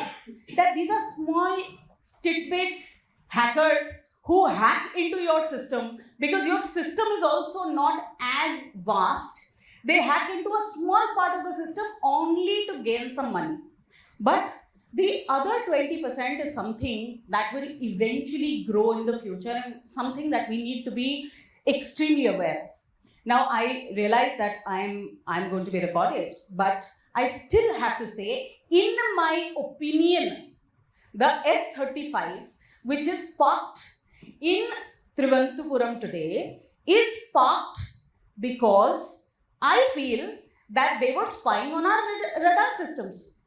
So, because in our ports, and that's a port, I cannot believe that a F-35 has been standing there for the past 20 days and we or they have not been able to identify the threat that lies within. Having said that, the other 20% can be anything. And let's understand that within that, one of the things is malware. So what is malware? Malware is basically trying to introduce a small IT system or a software program within your system that will basically create a virus inside your system. So it will just bring down the system. So if you actually looked at the case of DP World in Australia, there were about 4 ports which were down for 3 odd days. Look at the amount of money that it loses. So these are the things, the warfare in the future is going to be something like this, because economic losses are the large losses. In other cybersecurity threats, there could be various kind of threats, including social engineering threats, which means they can actually identify a small person within your system who can internally hack the system. In a very similar manner is something called as, very simple in cyber technology words, it's called DDoS, which is denial of service. Now, because it is decentralized systems, decentralized denial of service, which means one of the system completely goes off air. Now, if that system is something that manages your crane, then what is it that you're going to do? Your entire smart... So, Tiwari ji just talked about digital twin. Rotterdam in Netherlands is the largest, busiest port of Europe. In Rotterdam, one of the biggest thing that they did was digital twin. In 2017, the biggest on-record cyber threat that happened, in fact, cyber attack that happened, was an attack that primarily attacked the digital twin. Now, what is a digital twin? On your computer, you have the entire port. So when you are managing it on the computer, the port is automatically replicating the same thing, because what you have on your computer is a twin to what you have actually on ground. And in this, you need to understand the shipping industry. See, communication itself and getting, making a port smart itself is a challenge, because the cargo is a different moment, vessel is a different moment, network is a different moment, and all of them have to interact. For example, for any berthing to happen, the port and the berth and the vessel has to interact, and there has to be an operator involved. In a very similar manner, if you actually look at it, you have a vessel. The vessel has to use the operator and go to the port authority. The port authority has to go to the customs. So they have to send data there. And the biggest cyber security threat today is data theft. So if data, which is the most important thing, can be stolen, please understand that there is sitting somewhere in the dark web world who understands that XYZ is being shipped from this place to this place, the vessel number is this, and this is the time it is going to be on this radar, and that is the attack, that is all the attack that he needs to do. And this is the threat of the future. And I personally feel that not only India, the world needs to get together, because this entire blue economy is what is going to shape the next economy of the entire world. And this threat does not have walls. It is not a threat of India. It is a threat of the entire world. So India can't get up and say, okay, I will do it all alone. Yes, India can get up and say that I will make technologies which will lead and show every other port the way forward. But having said that, this is something that cannot be done in silos, because every vessel which is being transferred, every cargo which is being transferred is someone's cargo, but it will affect the economy of minimum 2 countries. And hence, it is important that we understand, it's easy to say smart port, but the challenges with which it comes with. And again, as I say, because we do a lot of defense cybersecurity, we always say this: cybersecurity, like your own security or like your own child's security, is a continuous project. You can't say today that, okay, now I am cyber secure, or now my vessel is cyber secure, or my port is cyber secure, and rest assured I'm not going to do.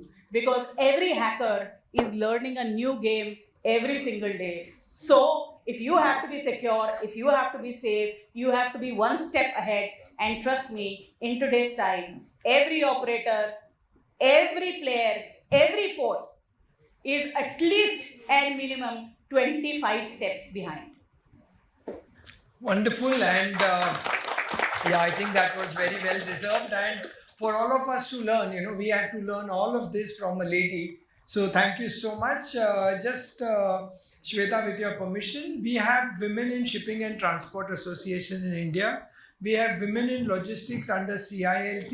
We have many associations who have women's wing, and my request to all the young boys over here and who came on the dais and spoke about the future and about the fact that they are young and etc. Please try and work that you have at least 30% of your staff who are ladies. I'm sure your companies will do much better. And from whatever Shweta said, I think we have to recognize that the risks of cyber security are what we cannot even imagine. See, we all have a risk management system for ourselves because we can identify our risks and we know what is the possible risk. But here is something where we just don't know what's going to come and hit us at what point in time and where it is going to hit us. Does anybody have a question for Shweta at this time, or can I move ahead? All right, so after being so scared about everything, Shweta really frightened me.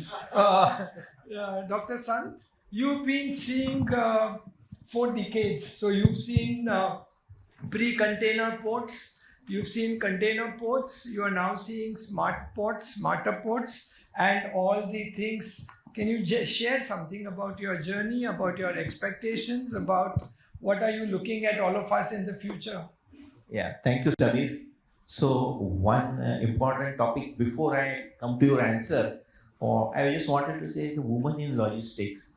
So when I work with one multinational, we were doing a centralized logistics department. And in 2010, I selected a lady to head this department. Then we found a second lady who came. She made a good team of ladies, and we faced a lot of challenge. Like if she was to go to port, as per our security rules, she has to wear safety shoes. Ladies' size safety shoes are not available in India. Ladies' size helmets were not available. Then on unloading on time, you cannot go on ship for specific time. That permission was very difficult. So at one site, we were unloading the coach in night at 11 o'clock because it was for Gurgaon Metro. And she was to go. She said, okay, I will go and ensure that it is there. So other than her, everybody was worried that she's coming at 11 o'clock and in Gurgaon, and she's going to supervise the loading of the coach on the train. But it worked. There are advantages. Only thing is that you need to take action. Most important thing is you need to take action. And I'm quite sure women will prove it. That's what my take on women. Now coming to smart port. See, I come from a user industry. Here there are majority service providers, including ports. So I see a distinct gap between ports and the users. As an importer-exporter, for port, who are their collaborating parties or customers? There are shipping company, there are terminals, then there is a customs, then there is a rail, and then there is a transporter. Where come importer and exporter for port? Of course, definitely Port of Antwerp, exception, other people. But if you look at even Port of Antwerp is doing, but look at other ports' interaction with the community is very little. And I have been telling that the other bigger ports than Port of Antwerp, their interaction with industry is minimum. So again, the importer-exporter is little bit not connected. Neither ports, some terminals have started going directly to importer-exporter, but there are very few examples. So first of all, smart port, I feel they need to understand really the importer-exporter much better way. That is the first smart move they can do. Then comes what we as a smart importer-exporter expect. We need end-to-end visibility.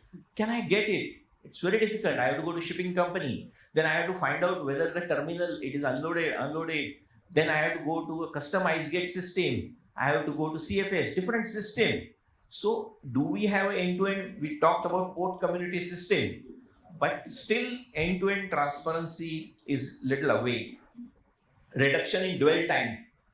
Yeah, with many of the reading, one agency will do very good if the vessel is taking berth on time, then the unloading from vessel is happening on time, whether everything. So the dwell time, what as a user you expect is overall dwell time, not the efficiencies of individual silos. So which needs to be seen. Then digital documentation, yes. I mean, you will see that number of still paper are required, or some still it takes its own time. Reliability. See, today what everybody is expecting, all you are using Amazon. You want the delivery at this time. You know that he has left. You are looking at, for your own need, we are looking at exactly the reliability. In hours or in 10 minutes. Then do we talk about that reliability when we talk about the sea shipment and ports? I think we have a long way to go.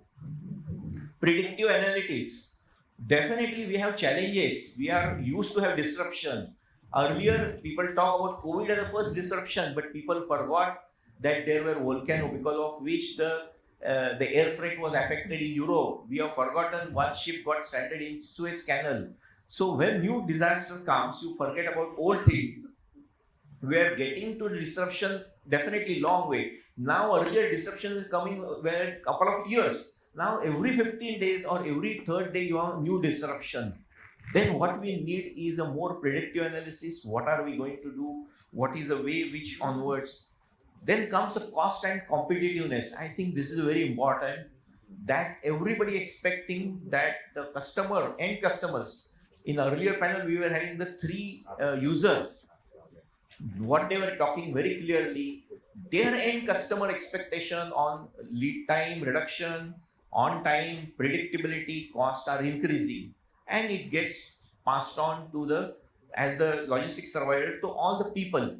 But definitely, which as a smart port, we expect that it comes with efficiency. It has got a transparency. It's very important. Transparency in cost, transparency in the availability, all the details, transparency is important. Then come compliances, green shipping, environmental protection, the risk management and the resilience. See, the disasters will come, you will have disruption, but what risk management system we are having? I mean, I remember when there was attack or malware attack on the port, you don't know for 3 days where is your container. So where is our risk management system? Where is the resilience, that how, what you have learned from them, how we are coming out? I think they are very important points. And the smart port means they need to look into the end customer, not the silos. I mean, that's my expectation of the smart ports. But definitely we have more points on the KPI and other things which will come when we talk about smart. We need to have KPIs. And what are the KPIs which we are having for smart ports? We need to discuss. Pramod, you and I have been around for over 4 decades, and it's music to my ears when you said that you want an interaction of the ports with the users, because I'm sure all my contemporaries here are used to the client saying, "वो तुम्हारा problem नहीं है, मेरा problem नहीं है. तुम मेरे को मेरा cargo दे दो. I don't want to talk to anybody." You know, I think all of us have seen that over the last so many years. So it's music to hear you say that you would like to participate in these interactions along with us. Yes, now what actually I'm picking up from whatever Shweta said and whatever Pramod ji said, we all have to recognize it's going to increase costs. We will have to accept that it is going to increase costs. If we are going to continuously talk, I must get it cheaper, then we will be compromising on all the points that Shweta or Pramod said about. So we need to be very careful over there. Now, having heard all of this, let's go abroad and ask Daljit. First difficult question. How did you find my other panelists' responses? And what do you think Europe can do for India or India can do with Europe on these points? Well, actually, it's difficult to speak last after all this. That was the idea. I was thinking I'll get the first question, so it's much easier to talk about. But then most of the things are actually been covered, and I think very important. I think Tiwari ji and Shweta and Dr. Sant actually covered is how actually would be a smart port. What are the challenges? Where do you need to integrate? That is very important. I will rather put it in a very simple manner. If I say what is smart, I would say a smart port is someone which brings together economy, climate, and people. Now, there are various facts to it. When you say economy, it could be anything with regards to your faster turnarounds. You could talk about real-time visibility. You could talk about more trade between countries. That is part of the whole, how do you grow the economy? And that's where the smart port will have digital elements where Mr. Tiwari also spoke about. And so it also mentioned about the resilience and the, you need to have security aspects in it. The other aspect is also important, which is climate. Now we're all talking about climate, so we also need to see where we are looking at more renewable resources. We look at more green transition of shipping lines, more electrification of cranes, vehicles at the port. How do we look at that? How do we look at water and wastewater management at the port? That's going to be another factor. The third is very important, and it also relates to the point what Dr. Sun mentioned about the community interaction, is about people. Actually, it doesn't mean about, it's all about people who are involved in the industry. It's also not only on the port operators, it's also the people who are related to that industry. How do they get benefit? What are the jobs that are going to be created? What is the training that is going to be required? What is the kind of health and safety requirements that are going to come in? How do you get the community interaction? And Dr. Sanders mentioned about Port of Antwerp being one of the ports that interacts with the community, because we are a chemical cluster. We have to interact with the community. These are big players in the industry, and when we set up infrastructure, we need to make sure that they are in line with what we are doing. So that is going to be one of the key factors.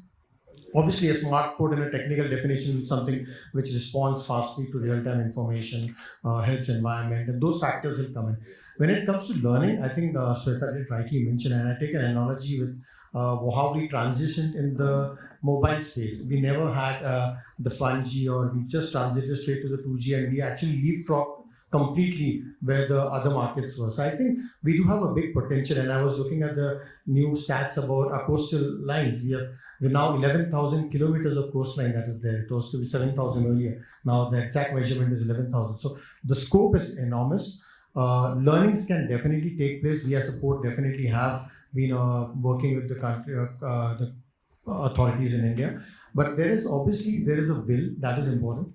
And a vision. I think you rightly spoke about the vision, because you're not talking about something which is right now. We've got to think about something 20, 30 years down the line, how things are going to look like. And that's how Port of Antwerp actually built its chemical infrastructure. It doesn't happen that we start looking at investment, it started happening.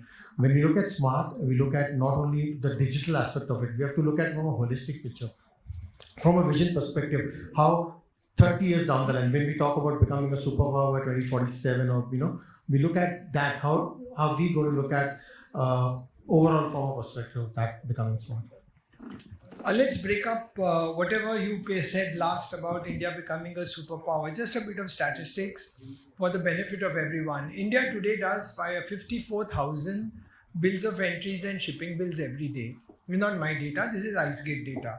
India does 54,000 shipping bills and bills of entries every day. Around 33,000 are shipping bills, and 21,000 are bills of entries.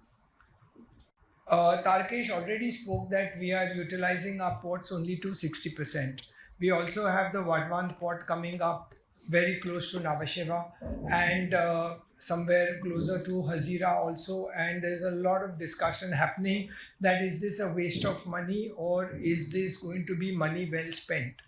We must recognize that if India truly needs to become an economic superpower, this 54,000 will have to go to at least 160,000 a day.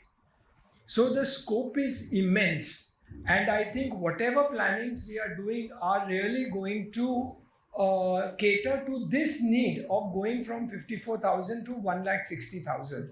There are many custom brokers, importers, exporters over here who keep complaining about FAG and keep complaining about queries and customs and everything. But what is the correct data?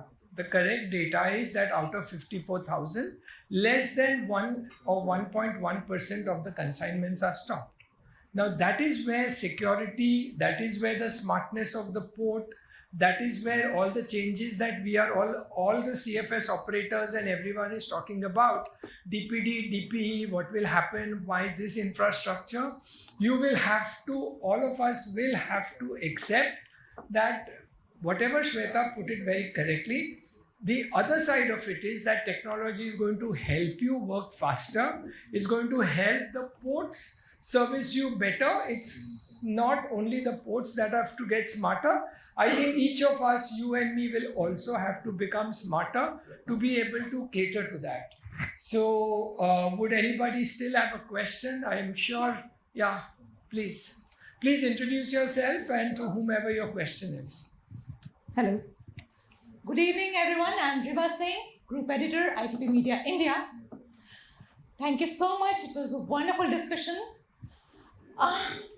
The very first sentence that you said, Samir Shah, I was waiting very patiently since then.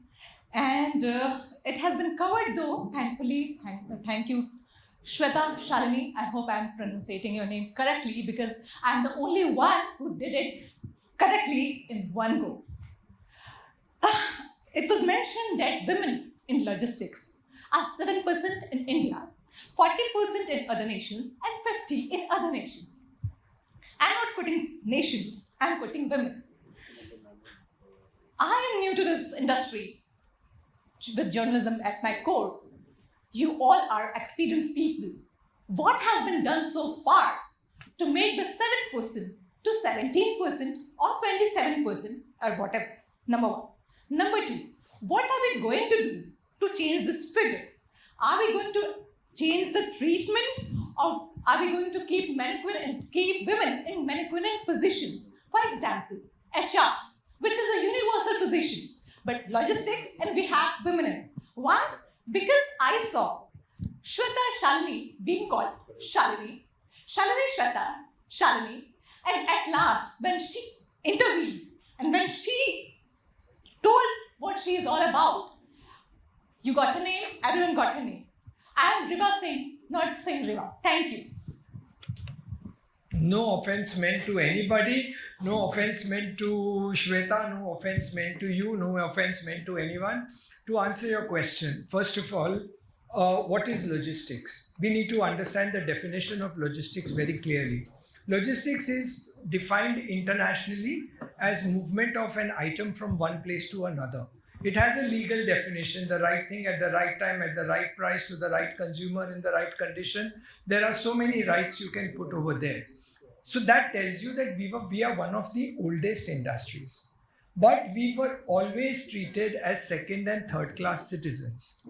It is only over the last 20 years that many of us in this room have spent tons of money, tons of time, tons of consultation, and to get the government of India and to get everyone start using the word logistics. India has divided logistics into 12 verticals. We are today 2 verticals over here. The terminals are here and Exim Logistics is here. There are about 57 colleges in India who are giving a BBA in logistics. There are about 18 colleges in India who are giving a MBA in logistics. I'm not using the word supply chain. And there are around 7 or 8 private small institutions who are teaching different subjects in logistics. And majority of them are using a female model to promote that subject. And a majority of them are worked out, the universities have worked out scholarships based on gender. There are so many private institutes who have worked out lesser fees for women. So a lot is being done. It's just that the movement has started, it has picked up, and it will go on. Even the media, if you look at, there are about 90 magazines which are there in our segment, Exim Logistics. These people are the 20th. They all once in a year run an article on women. There are so many seminars which happen, so many conventions which happen in the country, and 2 models are followed. One model is they have an all women session, And the other model which is followed is that there is a woman in every panel. So a lot is being done by this industry. A lot of interest is being taken by the younger ladies and girls to come into it. I think it's just a question of another 5 or 7 years when the numbers in India will be very different. Anyone else has any question? No? So then, Samir, yeah, I please. just wanted to add, I have seen a few institutes where there is a logistic courses going on, and I can share that experience. For example, as a Federation of Freight Forwarders, we run Pradhan Mantri Kaushal Vikas Yojana courses in at the JNPA port. So there, out of batch of 30, around 20 to 21 are women. Yeah. I have seen read the papers which are, for example, the land border post customs, where there are women to promote them. There is a research paper which is done. For making that research paper, lot many women were made to visit the Bangladesh border, Nepal border post, see the facilities. There is a possibility that how they can work. There is a research paper available. So every logistic course in what colleges is mentioned, I find that at least 30% are the women already getting enrolled into that, and it is increasing. So I see a good hope. If you look at banking industry, it took its own time, and now you can see at the banking top of the woman. So I think gradually this woman, they will be taking in the field. If you look at some other courses, so this forum a few days back, the seafarers, you can see lot many on the shore part women are taking place. So I think it's a good sign. Of course, it will take some time, but I don't think it will take a very long time. That's what my experience. And I'd like to add, there is one profession in exim logistics called custom brokerage. The passing percentage in custom brokerage exams has always been less than 7%. Okay, it's more difficult to pass the custom brokers exam than to pass CA or to pass the UPSC. But the number of girls passing that exam year on year is jumping. The number of girls appearing for that exam is also jumping. So I think it's just a question of a few years. We need to be very encouraging about it. We need to be very hopeful about it. And I'm sure we'll all do very well over there. So I hope I answer your question, and I don't think she or you should mind if I use your surname first or I use your name first. I've been called all sorts of names all my life, so it's like, what's in a name, you know? A So rose can is I a rose. intervene there, Samir? Rivaji, thank you so much. And it takes a lot of courage for a woman to stand up in a group like this and say whatever you said. So thank you so much for that. But trust me on this, unfortunately what most often than not happens is women usually tend to put men in the spot and ask questions, right? The only change that I have seen with many years of working is now the men want to really respond. I was hoping that I don't have to really pick up the mic, and by the end of Samir talking and Pramodji talking, I knew that I did have to pick up the mic because they were speaking for us. I think that is the most important thing. India will not move forward if, as women, we make it a women versus man world. It cannot be. We need the men for the women to grow in any segment, because one, they sit on the chair, so they have to vacate the chair, and second, I think the policies, the way has to be built by the men. And apart from that, as far as the name is concerned, I think Shakespeare already said it. What's in a name? And I want to tell you something personal, just for the benefit of everyone. I think there are already 20, 25 people in the room who have come to my office. We employ 48% ladies in our office. We have 48% of the workforce in our office is girls. So I truly believe that you all are very capable. You all are needed in this industry, and this industry will do very well with more and more of you over here. So can I request all of you to join me? That's where Yeah. I wanted to tell where the woman has in logistic has got a more number is a logistic journalism. If you look at the magazines, all the magazines which are there, you will find either sub-editor or I think are the woman. And most of the time we deal in all these magazines with women. So definitely. Just add on to it. I know Shreeji personally very well. So just to add on to that, she's not from the logistics industry. Yeah, that we know. Just because of her extra intellectual, she has joined here, and I must thank her. So she's not from the logistics industry.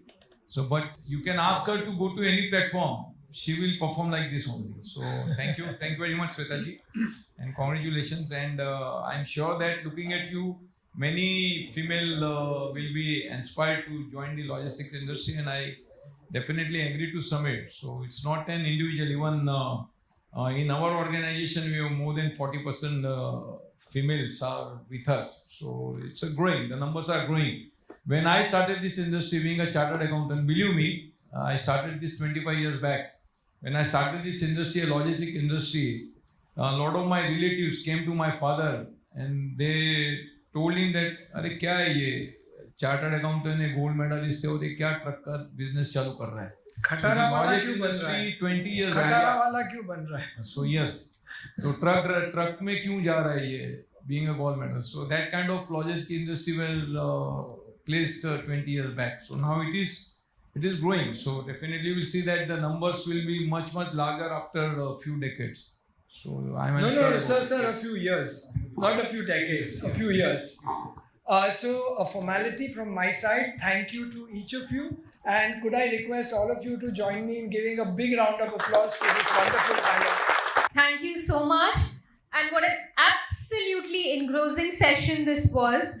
A big thank you to this remarkable panel for showing us that ports are no longer just physical gateways. They are becoming digital and strategic nerve centers of trade. The smart port revolution is real and it's already here. Now moving on, I'd like to invite Mr. Rajan Shah, Chairman and Managing Director from SJ Logistics India Limited, to kindly come on stage and felicitate our esteemed panelists.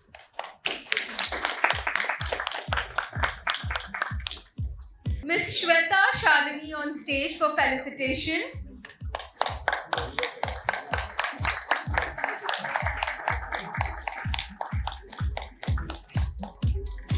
Thank you. Next, we have Dr. Pramod San.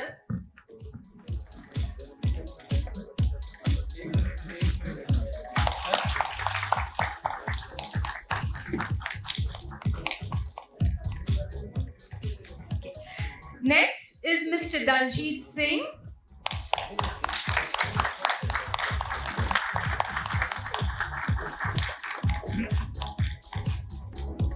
Mr. Tarkesh Tiwari.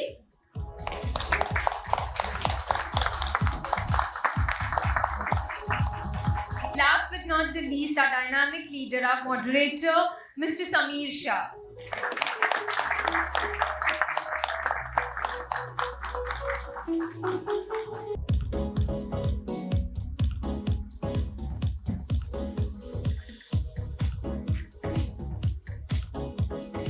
Good evening, everyone.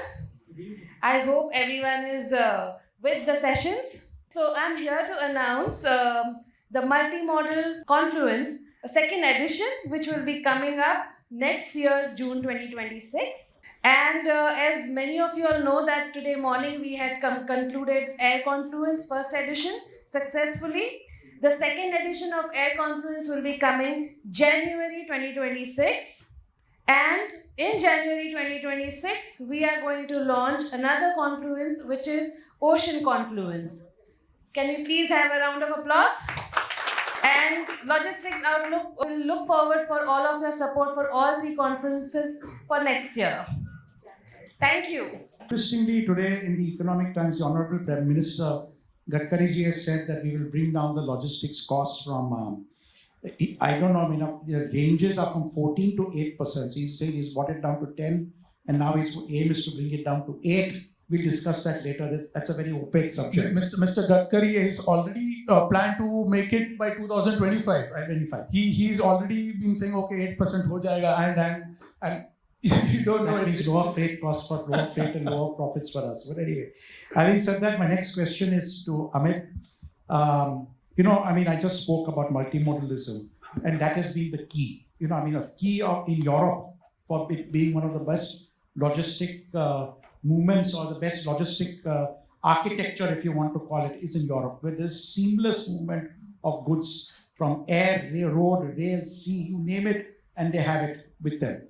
So how is the integration of this 4 or 3 modes of transport shaping India as a global logistic hub? I still think we have a long way to go there, a long way.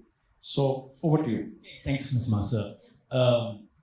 You mentioned second level citizen. Of course, some time back, India in the global logistics landscape, comparing with Europe, of course, there's a long way to go. But overall, in the last 5 to 7 years, there have been a lot of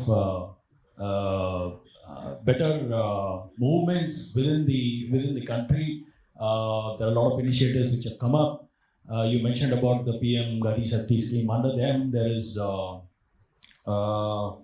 we have Bharatmala, where we have Sagarmala, the inland waterways that is there, which is, in my view, very heavily underutilized. We have this multimodal logistics tech park, as huge as these tech parks are, spanning about 100 odd acres, handling about 20 million air cargo tons in a year. There's always been a lot of scope, and there is a lot of improvement with where we are. You just mentioned in the ET today, from 16% we have brought down the overall logistics cost to 10%, and we are looking at 9%. In my view, we are no more to be treated as a second citizen, etc. In my view, India is in a very great place where we would be a global logistics forum, where there's a lot of trade which is enhanced, a lot of schemes. These are schemes which are helping us to move from 16 to 10%. This has not happened overnight. This is a lot of hard work which has happened. All modes of transport.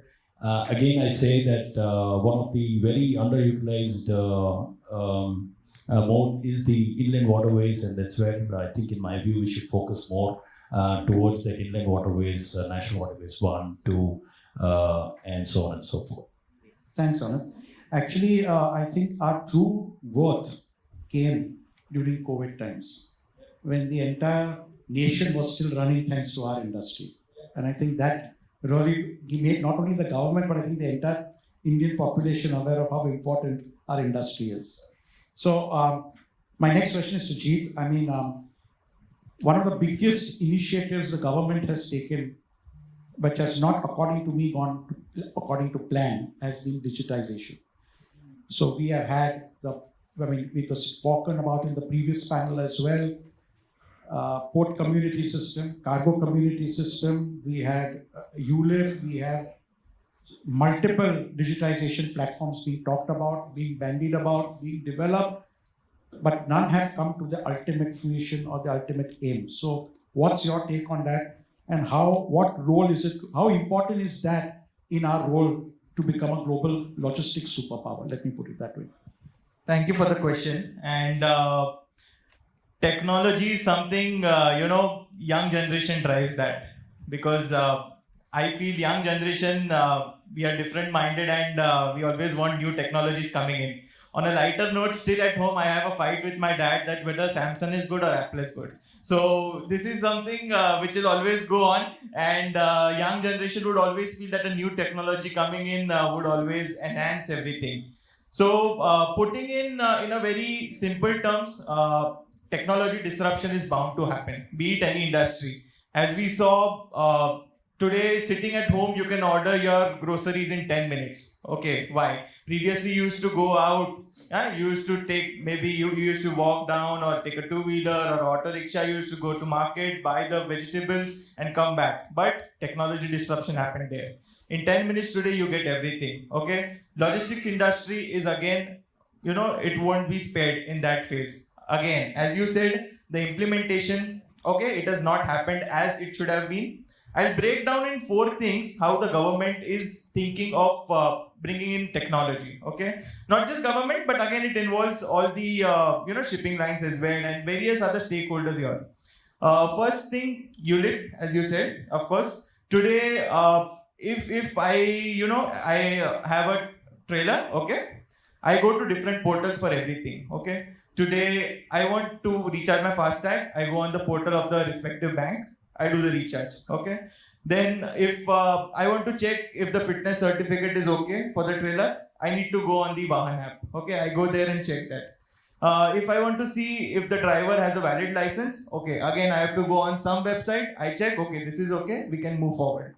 Then if I want to do custom clearance, I go to IceGate app. I do everything over there. Why not bring everything under one platform? Okay, you go on a single interface, you get everything over there. Okay, right from the FASTag to the custom clearance to everything that involves the process of movement of a cargo. This is what ULIP in a very simple term is. There are very wide ranges of services in that, but again, in a very layman's term, in a single window, you see everything for the movement of cargo. Okay. Second, that of course, various startups have brought in is the e-logistics services. Okay, we saw how travel industry was disrupted by say a Make My Trip or a Clear Trip. Okay, wherein you go on a single interface, you do the booking. Okay, why that was not implemented? Because an online portal, रात को 12 बजे वो container नहीं लगा पाएगा. Okay, still there is a gap. रात को 12 बजे अगर यार्ड पे container it is not available, the online portal would just say, we are out of our working hours, come tomorrow morning 9 o'clock. So this is something, there's a gap wherein which needs to be, addressed, and I'm sure that will be addressed by some or the other startup or of course the creative brains over here. Then the third particular thing, of course, that everyone is talking, AI. What is AI? AI is something that brings disruption. Okay, how does an AI bring disruption? Okay, now very simple terms, like in a transport industry, if AI is implemented, you get a route, they do a route analysis on their own. Okay, if a trailer takes this route, you will have maximum savings of your fuel. Okay, what maximum fuel saving brings? Okay, you can generate more profits. Okay, this is a very simple term wherein, with a route forecast, you can save. And who does that? That is the AI. That is an artificial intelligence. Okay. You don't now you can't sit and you see, these are the roads on the Google map. No, you don't do that. AI does that for you. Okay. And the fourth thing that many shipping lines have already started implementing is blockchain. So blockchain, how we are using WaveBL. That is very simple. Today the risk of couriering a BL, there's always a risk. Okay. What if Blue Dart or any other courier company, misplace your courier? You had it. Your BL is not there. You can't find it. Okay. What's the option? That's a WaveBL. Okay. Although WaveBL still, there are many glitches in everything. WaveBL is still expensive than couriering a BL. Okay. But it's okay. Again, this is something that will be addressed. As you mentioned that there are many technologies that have been, brought in by all the stakeholders, be it the government, be it the liners. But again, the implementation is something that is taking time, or implementation is expensive. But yes, the industry won't be spared. Maybe half a decade or a decade later, we'll be sitting here and we'll be talking about new technologies that have come in, and AI would be something we already would have been using. Thanks, Jeet. That was wonderful. We can probably take a leaf out of my friend's book from the Port of Antwerp, how to create a port community system, which is a single window where you can just sit on your laptop and do your business without moving. So my next question is to Anand. As Thermax, you have dealt with some of the biggest freight forwarders and logistics service providers in India. How do you feel that India can be a preferred hub or regional head or headquarters for 3 and 4 PL players? What do we need to do for that? Thanks, Exus. And I would like to say we are at the right time, at the right place. The only thing is that time is a bit long. That's what I can say.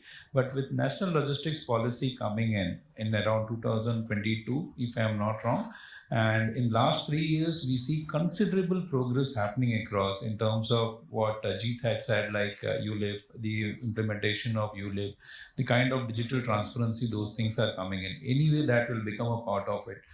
To the point, what I look up from the India and the enablers in terms of becoming 3PL and 4PL hub for the globe, I would say three things that are shaping up very well. One is Vinyam port, which has come up in Kerala, which is going to really make a big difference as we look at it. It's up to us. How do we utilize it? How we encourage more shipping lines to bring in? The Vadwan port is again going to be a big game changer. Believe it or not, but somehow it is going to make a difference to all of us, because the way the city is getting moved from Mumbai to Navi Mumbai to New Navi Mumbai, and then subsequently up to Vadwan, it's going to be a very different set of ball game altogether as we look up. And I was, in fact, in one of the sessions where Mr. Wagh, the chairman, presented the plan for Vadwan, and not in one, in two of the occasions, I was able to hear him out completely to that extent. Beautiful, fascinating project that has been laid out by the government. The directions are very clear. The land acquisitions are very clear in terms of the prospects, the way it has to be shaping up. Things are shaping up. The dredging activities are starting, or it's going to get started or getting awarded, something like that. So the time-bound things that are shaping up is really good. At this juncture, 3PL and 4PL might feel that they might not have too much of activities in their hand, but with these two big ports on this side of the Arabian Sea coming in, it's really going to shape up well. And also, I would say that I was just reading an article on Gujarat yesterday, where Gujarat is planning to build a coastal route across for some around 1800 kilometers or something. And that again seems to be very fascinating to that extent, which primarily would connect across all the ports within Gujarat to that extent. With national highways building in, with the quadrilateral projects, Sagarmala, whatever we call it as, the integration is becoming really very prospective on that front. It's just a matter of time, I would say.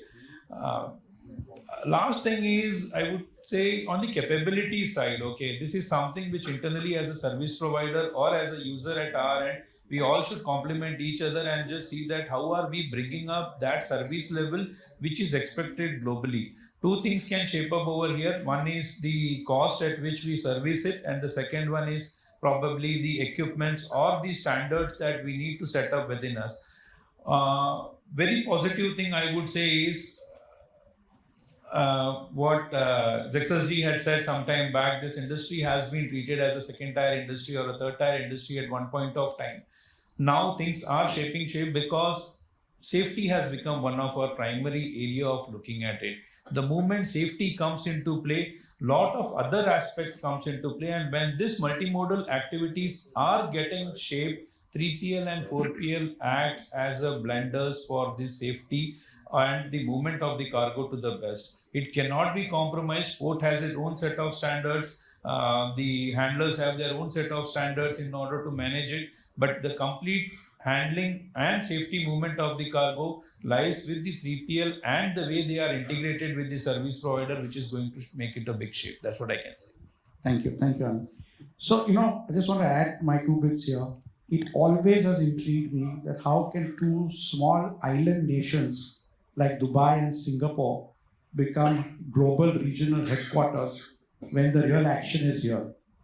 And I think it's not only to do with the logistics infrastructure here, it's also to do with a friendlier tax regime, ease of doing business, opening up of a company. So I think we need to look at all of these aspects to make us as a preferred regional headquarters of this region, I completely resonate on that. I didn't touch upon it because it will become a bit of lengthy discussion on that front. See, I would say the way government is looking up it is very positive. And the way the I will not comment on tax regime right now because it's a very different way every individual look into it and all. But over a period of time, it's a journey. I think it will shape up well as we look up at the global play on that front.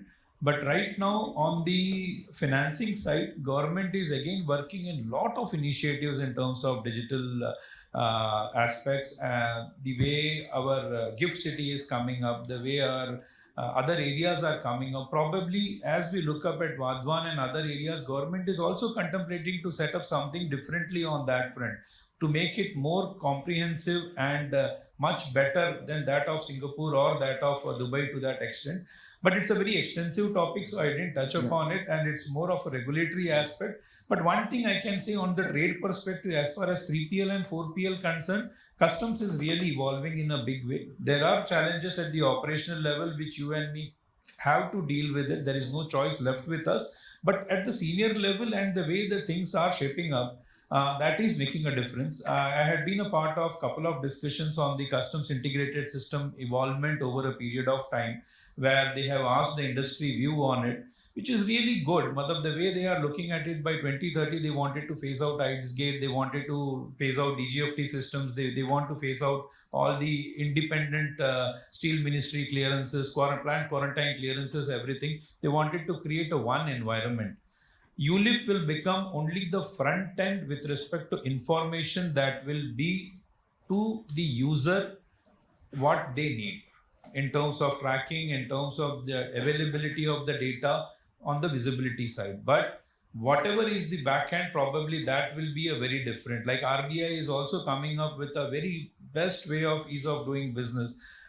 Fortunately, as said, not only handle logistics, I also have the responsibility of trade compliance and the trade finance part to that extent, where I work along with ICC in their banking panel, and also I am working with PEPC as a working and screening committee member to that extent to tell upon. Within the councils and also outside the councils, lot of initiatives are happening. The new draft policy of RBI which has come, I don't know how many of you are aware of it or not, but it has come some time back, and that RBI policy is really very evolving. They are coming out of whatever that legacy issues of monitoring of that front in terms of ODI, in terms of FDI, whatever it should happen. Regulatory guidelines will be there, but the operation thing, the responsibility lies with the bankers and the individuals or the individual companies to comply to that. And they are really digitizing the things to the next level, which is going to make life much easier, better than just filling up the forms and getting the clearances. I would just rest it there. So we are clear. Yeah, thank you. I think we still have a long way to go to become a regional headquarter that way. Things are moving. So digressing, everyone's talking about Vadhavan. It's a very exciting topic. So I'll tell you a little bit of trivia which I'm privy to. We are 20 years, Vadhavan was a project encompassed 20 years ago almost. By the then P&O ports which were active. The Bal Thackeray government was in power at that time. They had given their blessings and everything was going well. The then CEO of P&O ports was a very close person and still is. Told me that everything was done. And I come from as you know, from the Parsi community. We are not a very hostile or a very aggressive community. But there, for the first time, I think in our history, it's a largely farmland owned by old Irani farmers with chiku farmlands. And a old lady, by the name of Nargish Irani, I think she must have passed away by now, led the charge against this mighty P&O and the Indian Maharashtra government, and ran a crusade locally to stall the project. When all else failed, she wrote to Prince Charles, who was a big environmentalist, and she told him about the great ecological damage. This is a true story. Great ecological damage it will cause to the coral reefs, the fishermen, the greenery, because it really is a very beautiful place. And Prince Charles then wrote to Lord Stirling, the then chairman of P&O, and the project was shelved. And that's how we are 20 years late for Vadhavan. So it just goes to show that our speed and our implementation is one of the key driving factors in everything that we are doing. Same thing with digitization. I've personally lost count of how many platforms are there now. So yeah. So anyway, my next question is to Amit. You being a global logistics provider, what reforms are needed to bring down the logistics cost down and increase India's GDP. I mean, it's come today in the papers as well. What do you think needs to be done? I think most of these initiatives, I'm sure Mr. Iyer and the other panelists we have already mentioned about all the various schemes. To keep this short and sweet, in my view, as I mentioned earlier, the inland waterways 1, 2, these are something which we have not utilized in the best possible way. So the next investments from the government is on that platform. That will help us now connect all the other modes of transport. It will also help reduce the cost. Also, there is a long way to go as far as warehousing is concerned. Standardizing of our warehouses, standardizing of, I shouldn't say packages, but I should say pallets. The European use a standard package. As far as we are concerned, we are using multiple packages, pallets. Not a Euro standard pallet. So there is different handling, there is cost involved to repack, etc. Though it looks like a small topic, but yeah, it can help reduce the overall cost as far as overall cost for logistics. What about air cargo? How can we reduce our costs? Air is the next big thing for India. I think you're still only scratching the surface. So. Yeah. See, air freight has always been, I'm sure Mr. Iyer would agree, that it's something which everybody wants to avoid. As a user himself, he would like to avoid using air freight, and as a service provider, we love air freight because that's where we make money, right?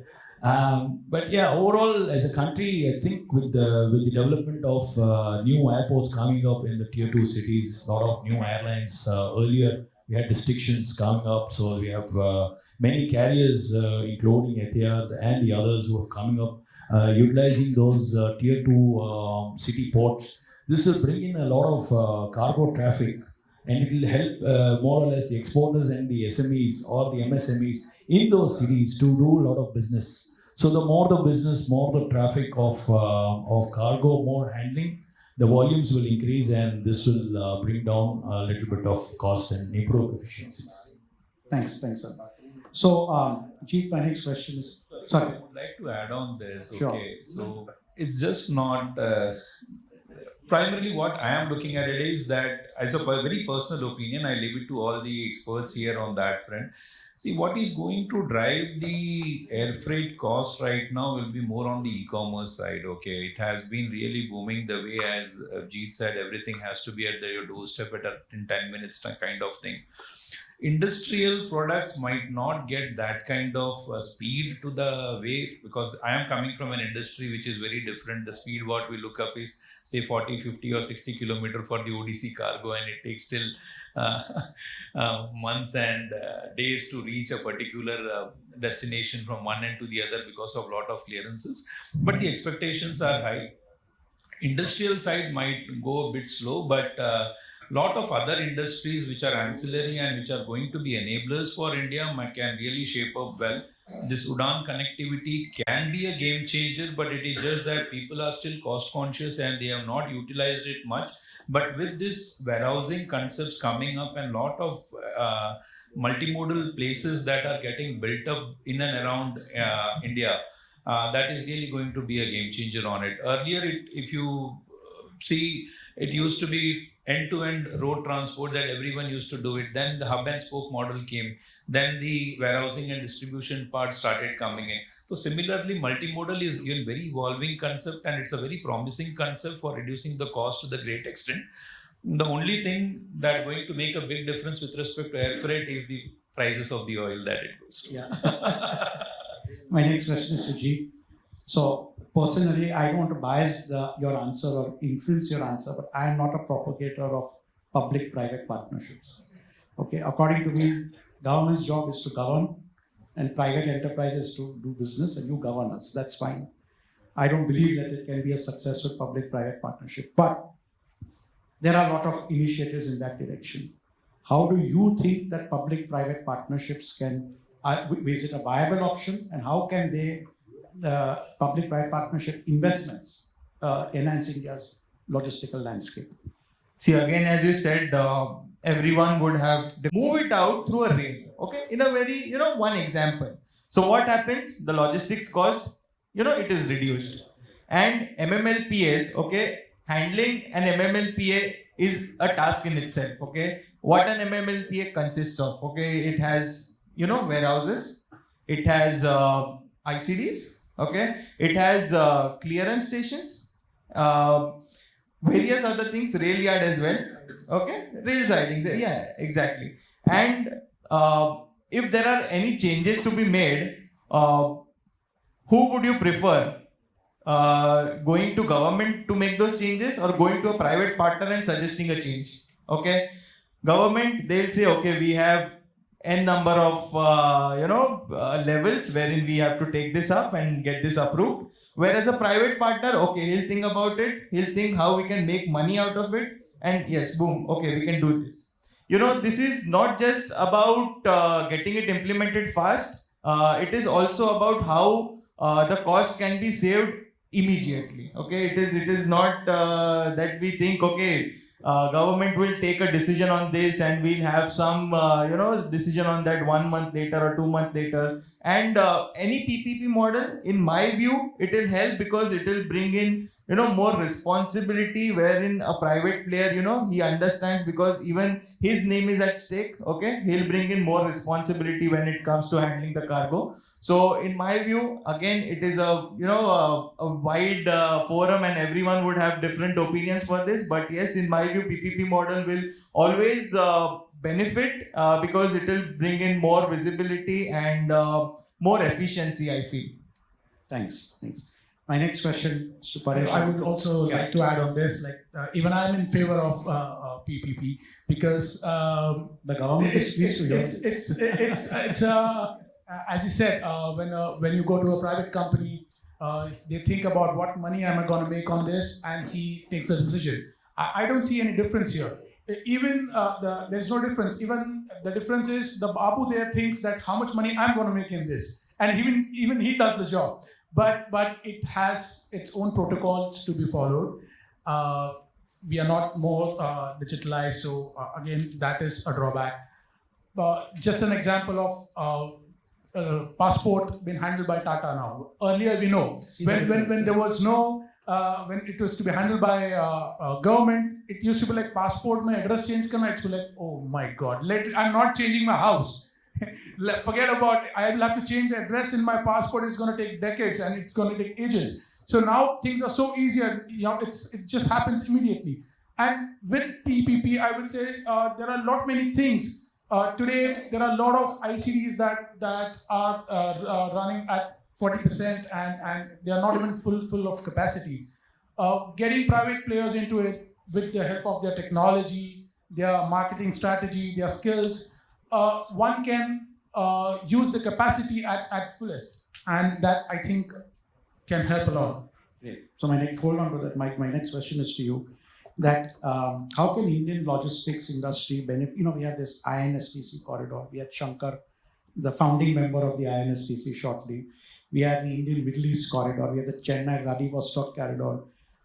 These corridors are there, but I'm not seeing really something happening in those corridors as envisaged or as thought, a vision. Like we developed the Chabahar port as an answer to Karachi, as an answer to our gateway to the Afghanistan and CIS, but it's really not taken off. So how can India leverage these corridors? Are they really effective, and where are we going wrong, if at all?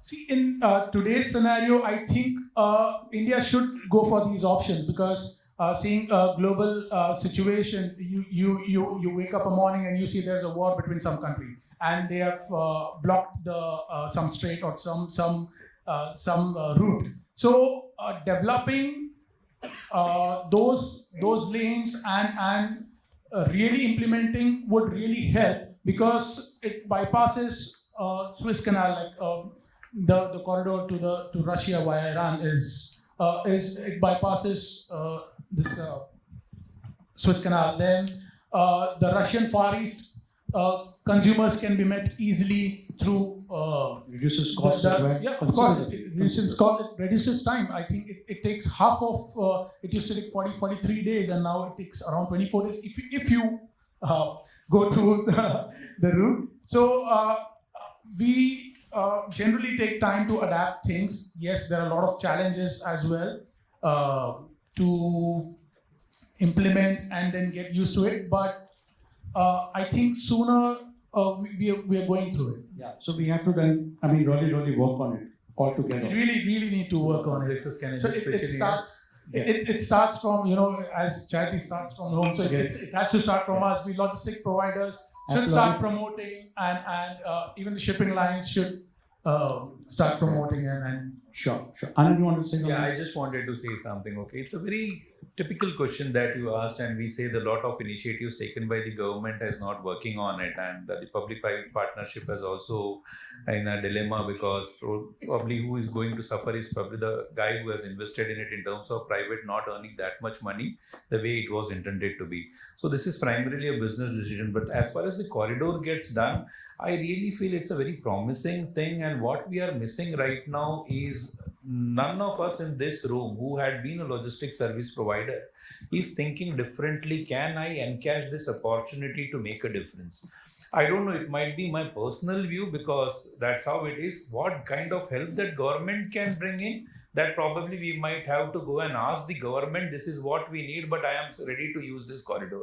So for that, I feel personally that the engagement between the FF or the service provider like 3PL, 4PL at the junctures of the country and the contradictory to that path, what we are looking at it, should take place very well, as you have the destination agent to help you to carry out the activity with confidence what you are.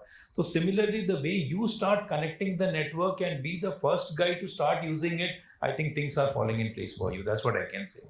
I agree with Mr. Iyer.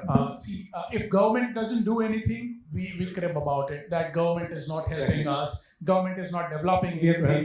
We are just the third world, whatever. And when government places something, government makes a roadmap towards it. We don't want to go to it.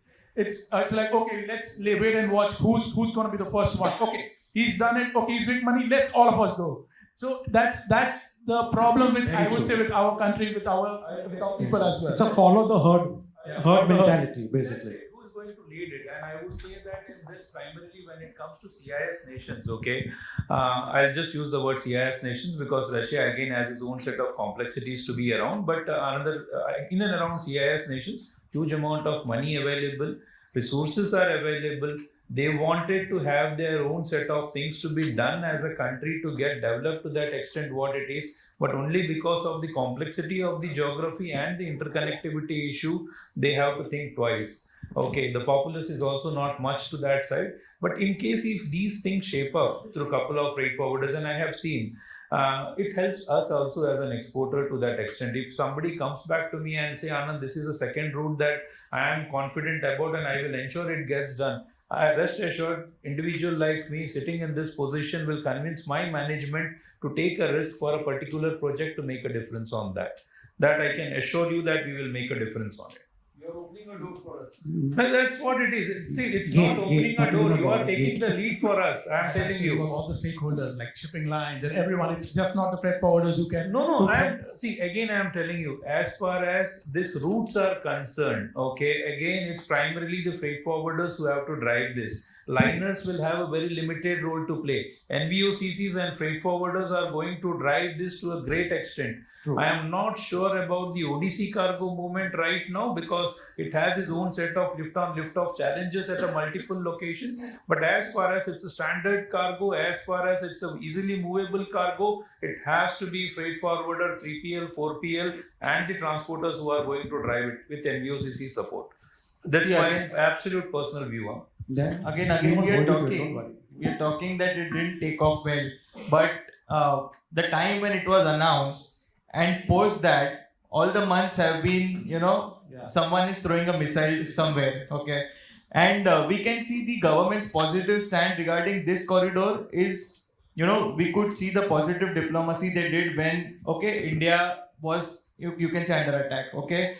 India had positive diplomacy with all these Middle East nations. Why? Because they have that vision and they look at a long game.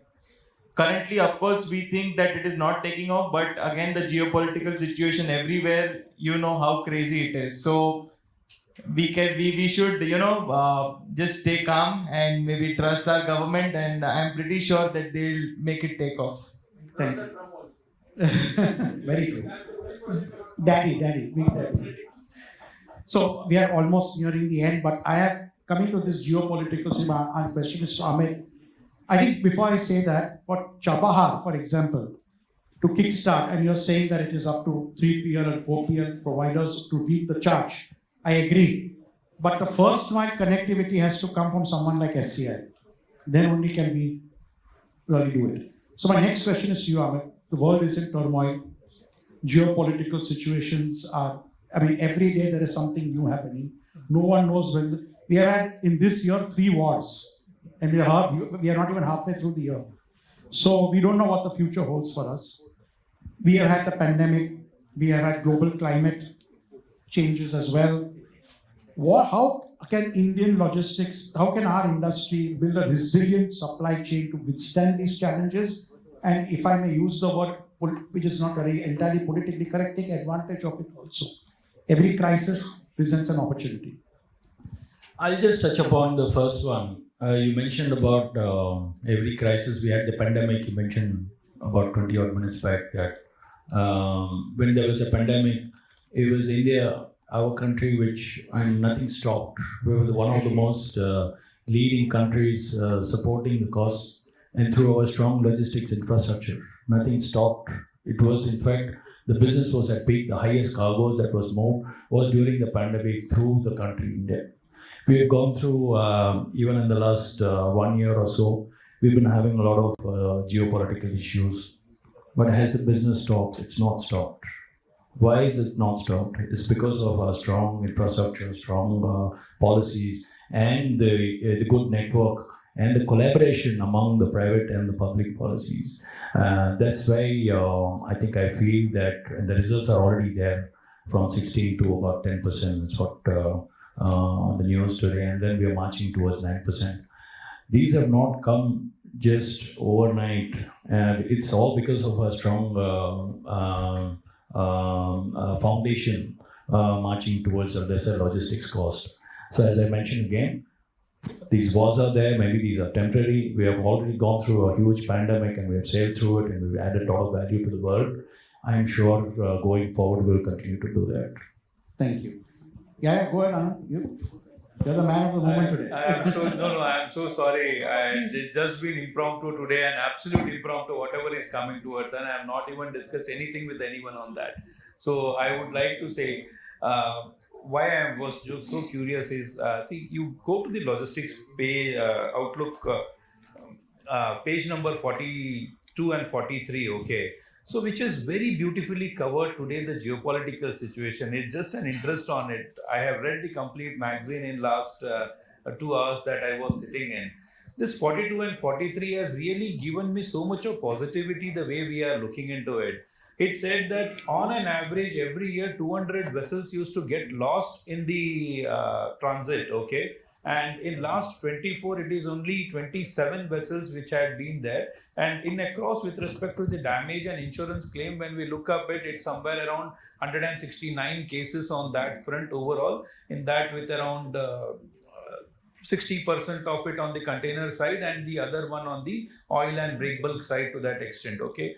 I don't know, somehow this number I am yet to digest on it, but we are looking into it, but it gave me a very lot of positivity. And I felt that the safety and the way we are looking at things as an individual, as a company, as a vessel owner, as a master, or as a sailor to that extent is really shaking up, making things life better for each one of us as we go ahead. And safety becomes paramount over here. At what cost it should come, that is again a matter of discretion, but safety should be top priority is something that I feel, and that gave me a very positive outlook about something that I am still carrying back with me today. That's what I can say. Thank you. Thanks, Anand. Okay, go ahead. I would also like to add on this. I think we should start preparing from now. If having such a wonderful infrastructure, and if things fall in place, if we start implementing things and having such big ports like Wagwan port and the Kerala port, I think if we start from now, during crisis, I think we can be very easily more resilient and I think we can make and take advantage of the situation if it all happens. No, we hope it doesn't, but anyway, yes, I agree. So let's hope for the best. Yeah, like two logisticians, we have got 2 minutes left and we have to finish on time. But my last question before you open it up for a short Q&A is to Jeet, because it concerns tech. How can Indian startup and tech innovators contribute to solving last mile and cross-border logistic challenges? Quickly, in a snippet, if you don't mind. Again, as I mentioned, there are various technological implementations that various startups are taking. Okay, last mile deliveries. Okay, as I mentioned, UNID is something which will help massively. Okay, if that gets implemented in a perfect manner, which I'm pretty sure it will get implemented, it will be something that will help in last mile delivery at a in a very cost efficient way. And something cross border, again, that remains a challenge, something that we look up to various stakeholders, not just the government or the shipping lines, or we look up to various stakeholders, like how they can bring in innovations and cross-border technological developments are done. So one which I mentioned during my point of view on the technological drivers is the blockchain. Blockchain is something that has already been implemented by various shipping lines, and that is a cross-border technological development that is there. So expecting much more from different stakeholders to bring in new innovations, and I'm pretty sure there are many different brains out there who will bring something in. Let's hope so. So we have finished. At 40 seconds still to spare, like two logistical providers. Anand, you should take note of that. Like Indigo. Anand, you should take note and have more faith in the Indian logistic providers. Yeah. Two things I would say that what Ujazi started with today, okay, and it was an absolute best keynote address I have ever heard.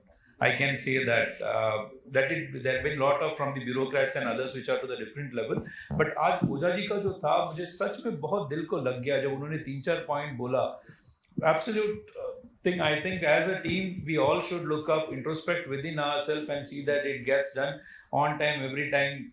How does it go? And really helps. And the previous panel, absolutely great, well conducted. Samir ji, Shweta madam, and the others on that front, Rajit ji.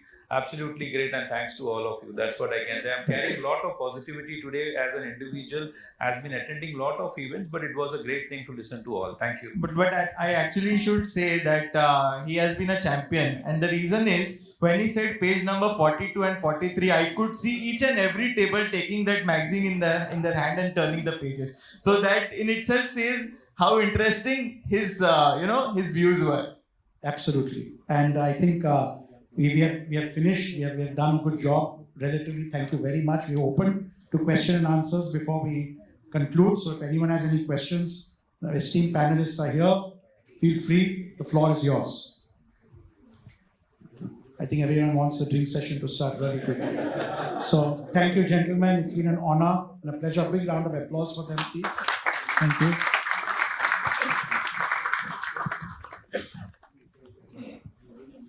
Thank you so much, sir, and to all the panelists for giving us such a thought-provoking session.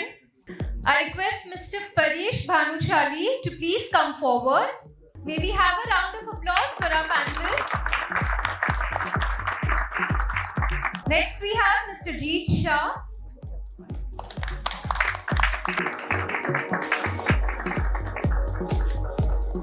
Next is Mr. Amit Dalal.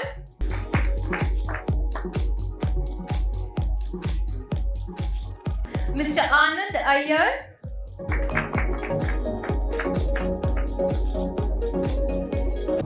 And last but not the least, our very dear moderator, Mr.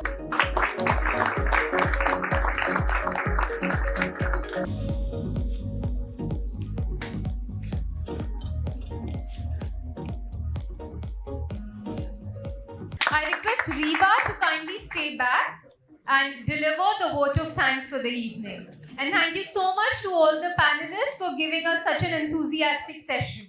Thank you so much. Thank you, Shiraz. It's very rare to see this kind of commitment, this kind of gathering till the last moment. So first of all, a big round of applause for all the audience. Clap creates no hindrance, no turbulence. Thank you so much.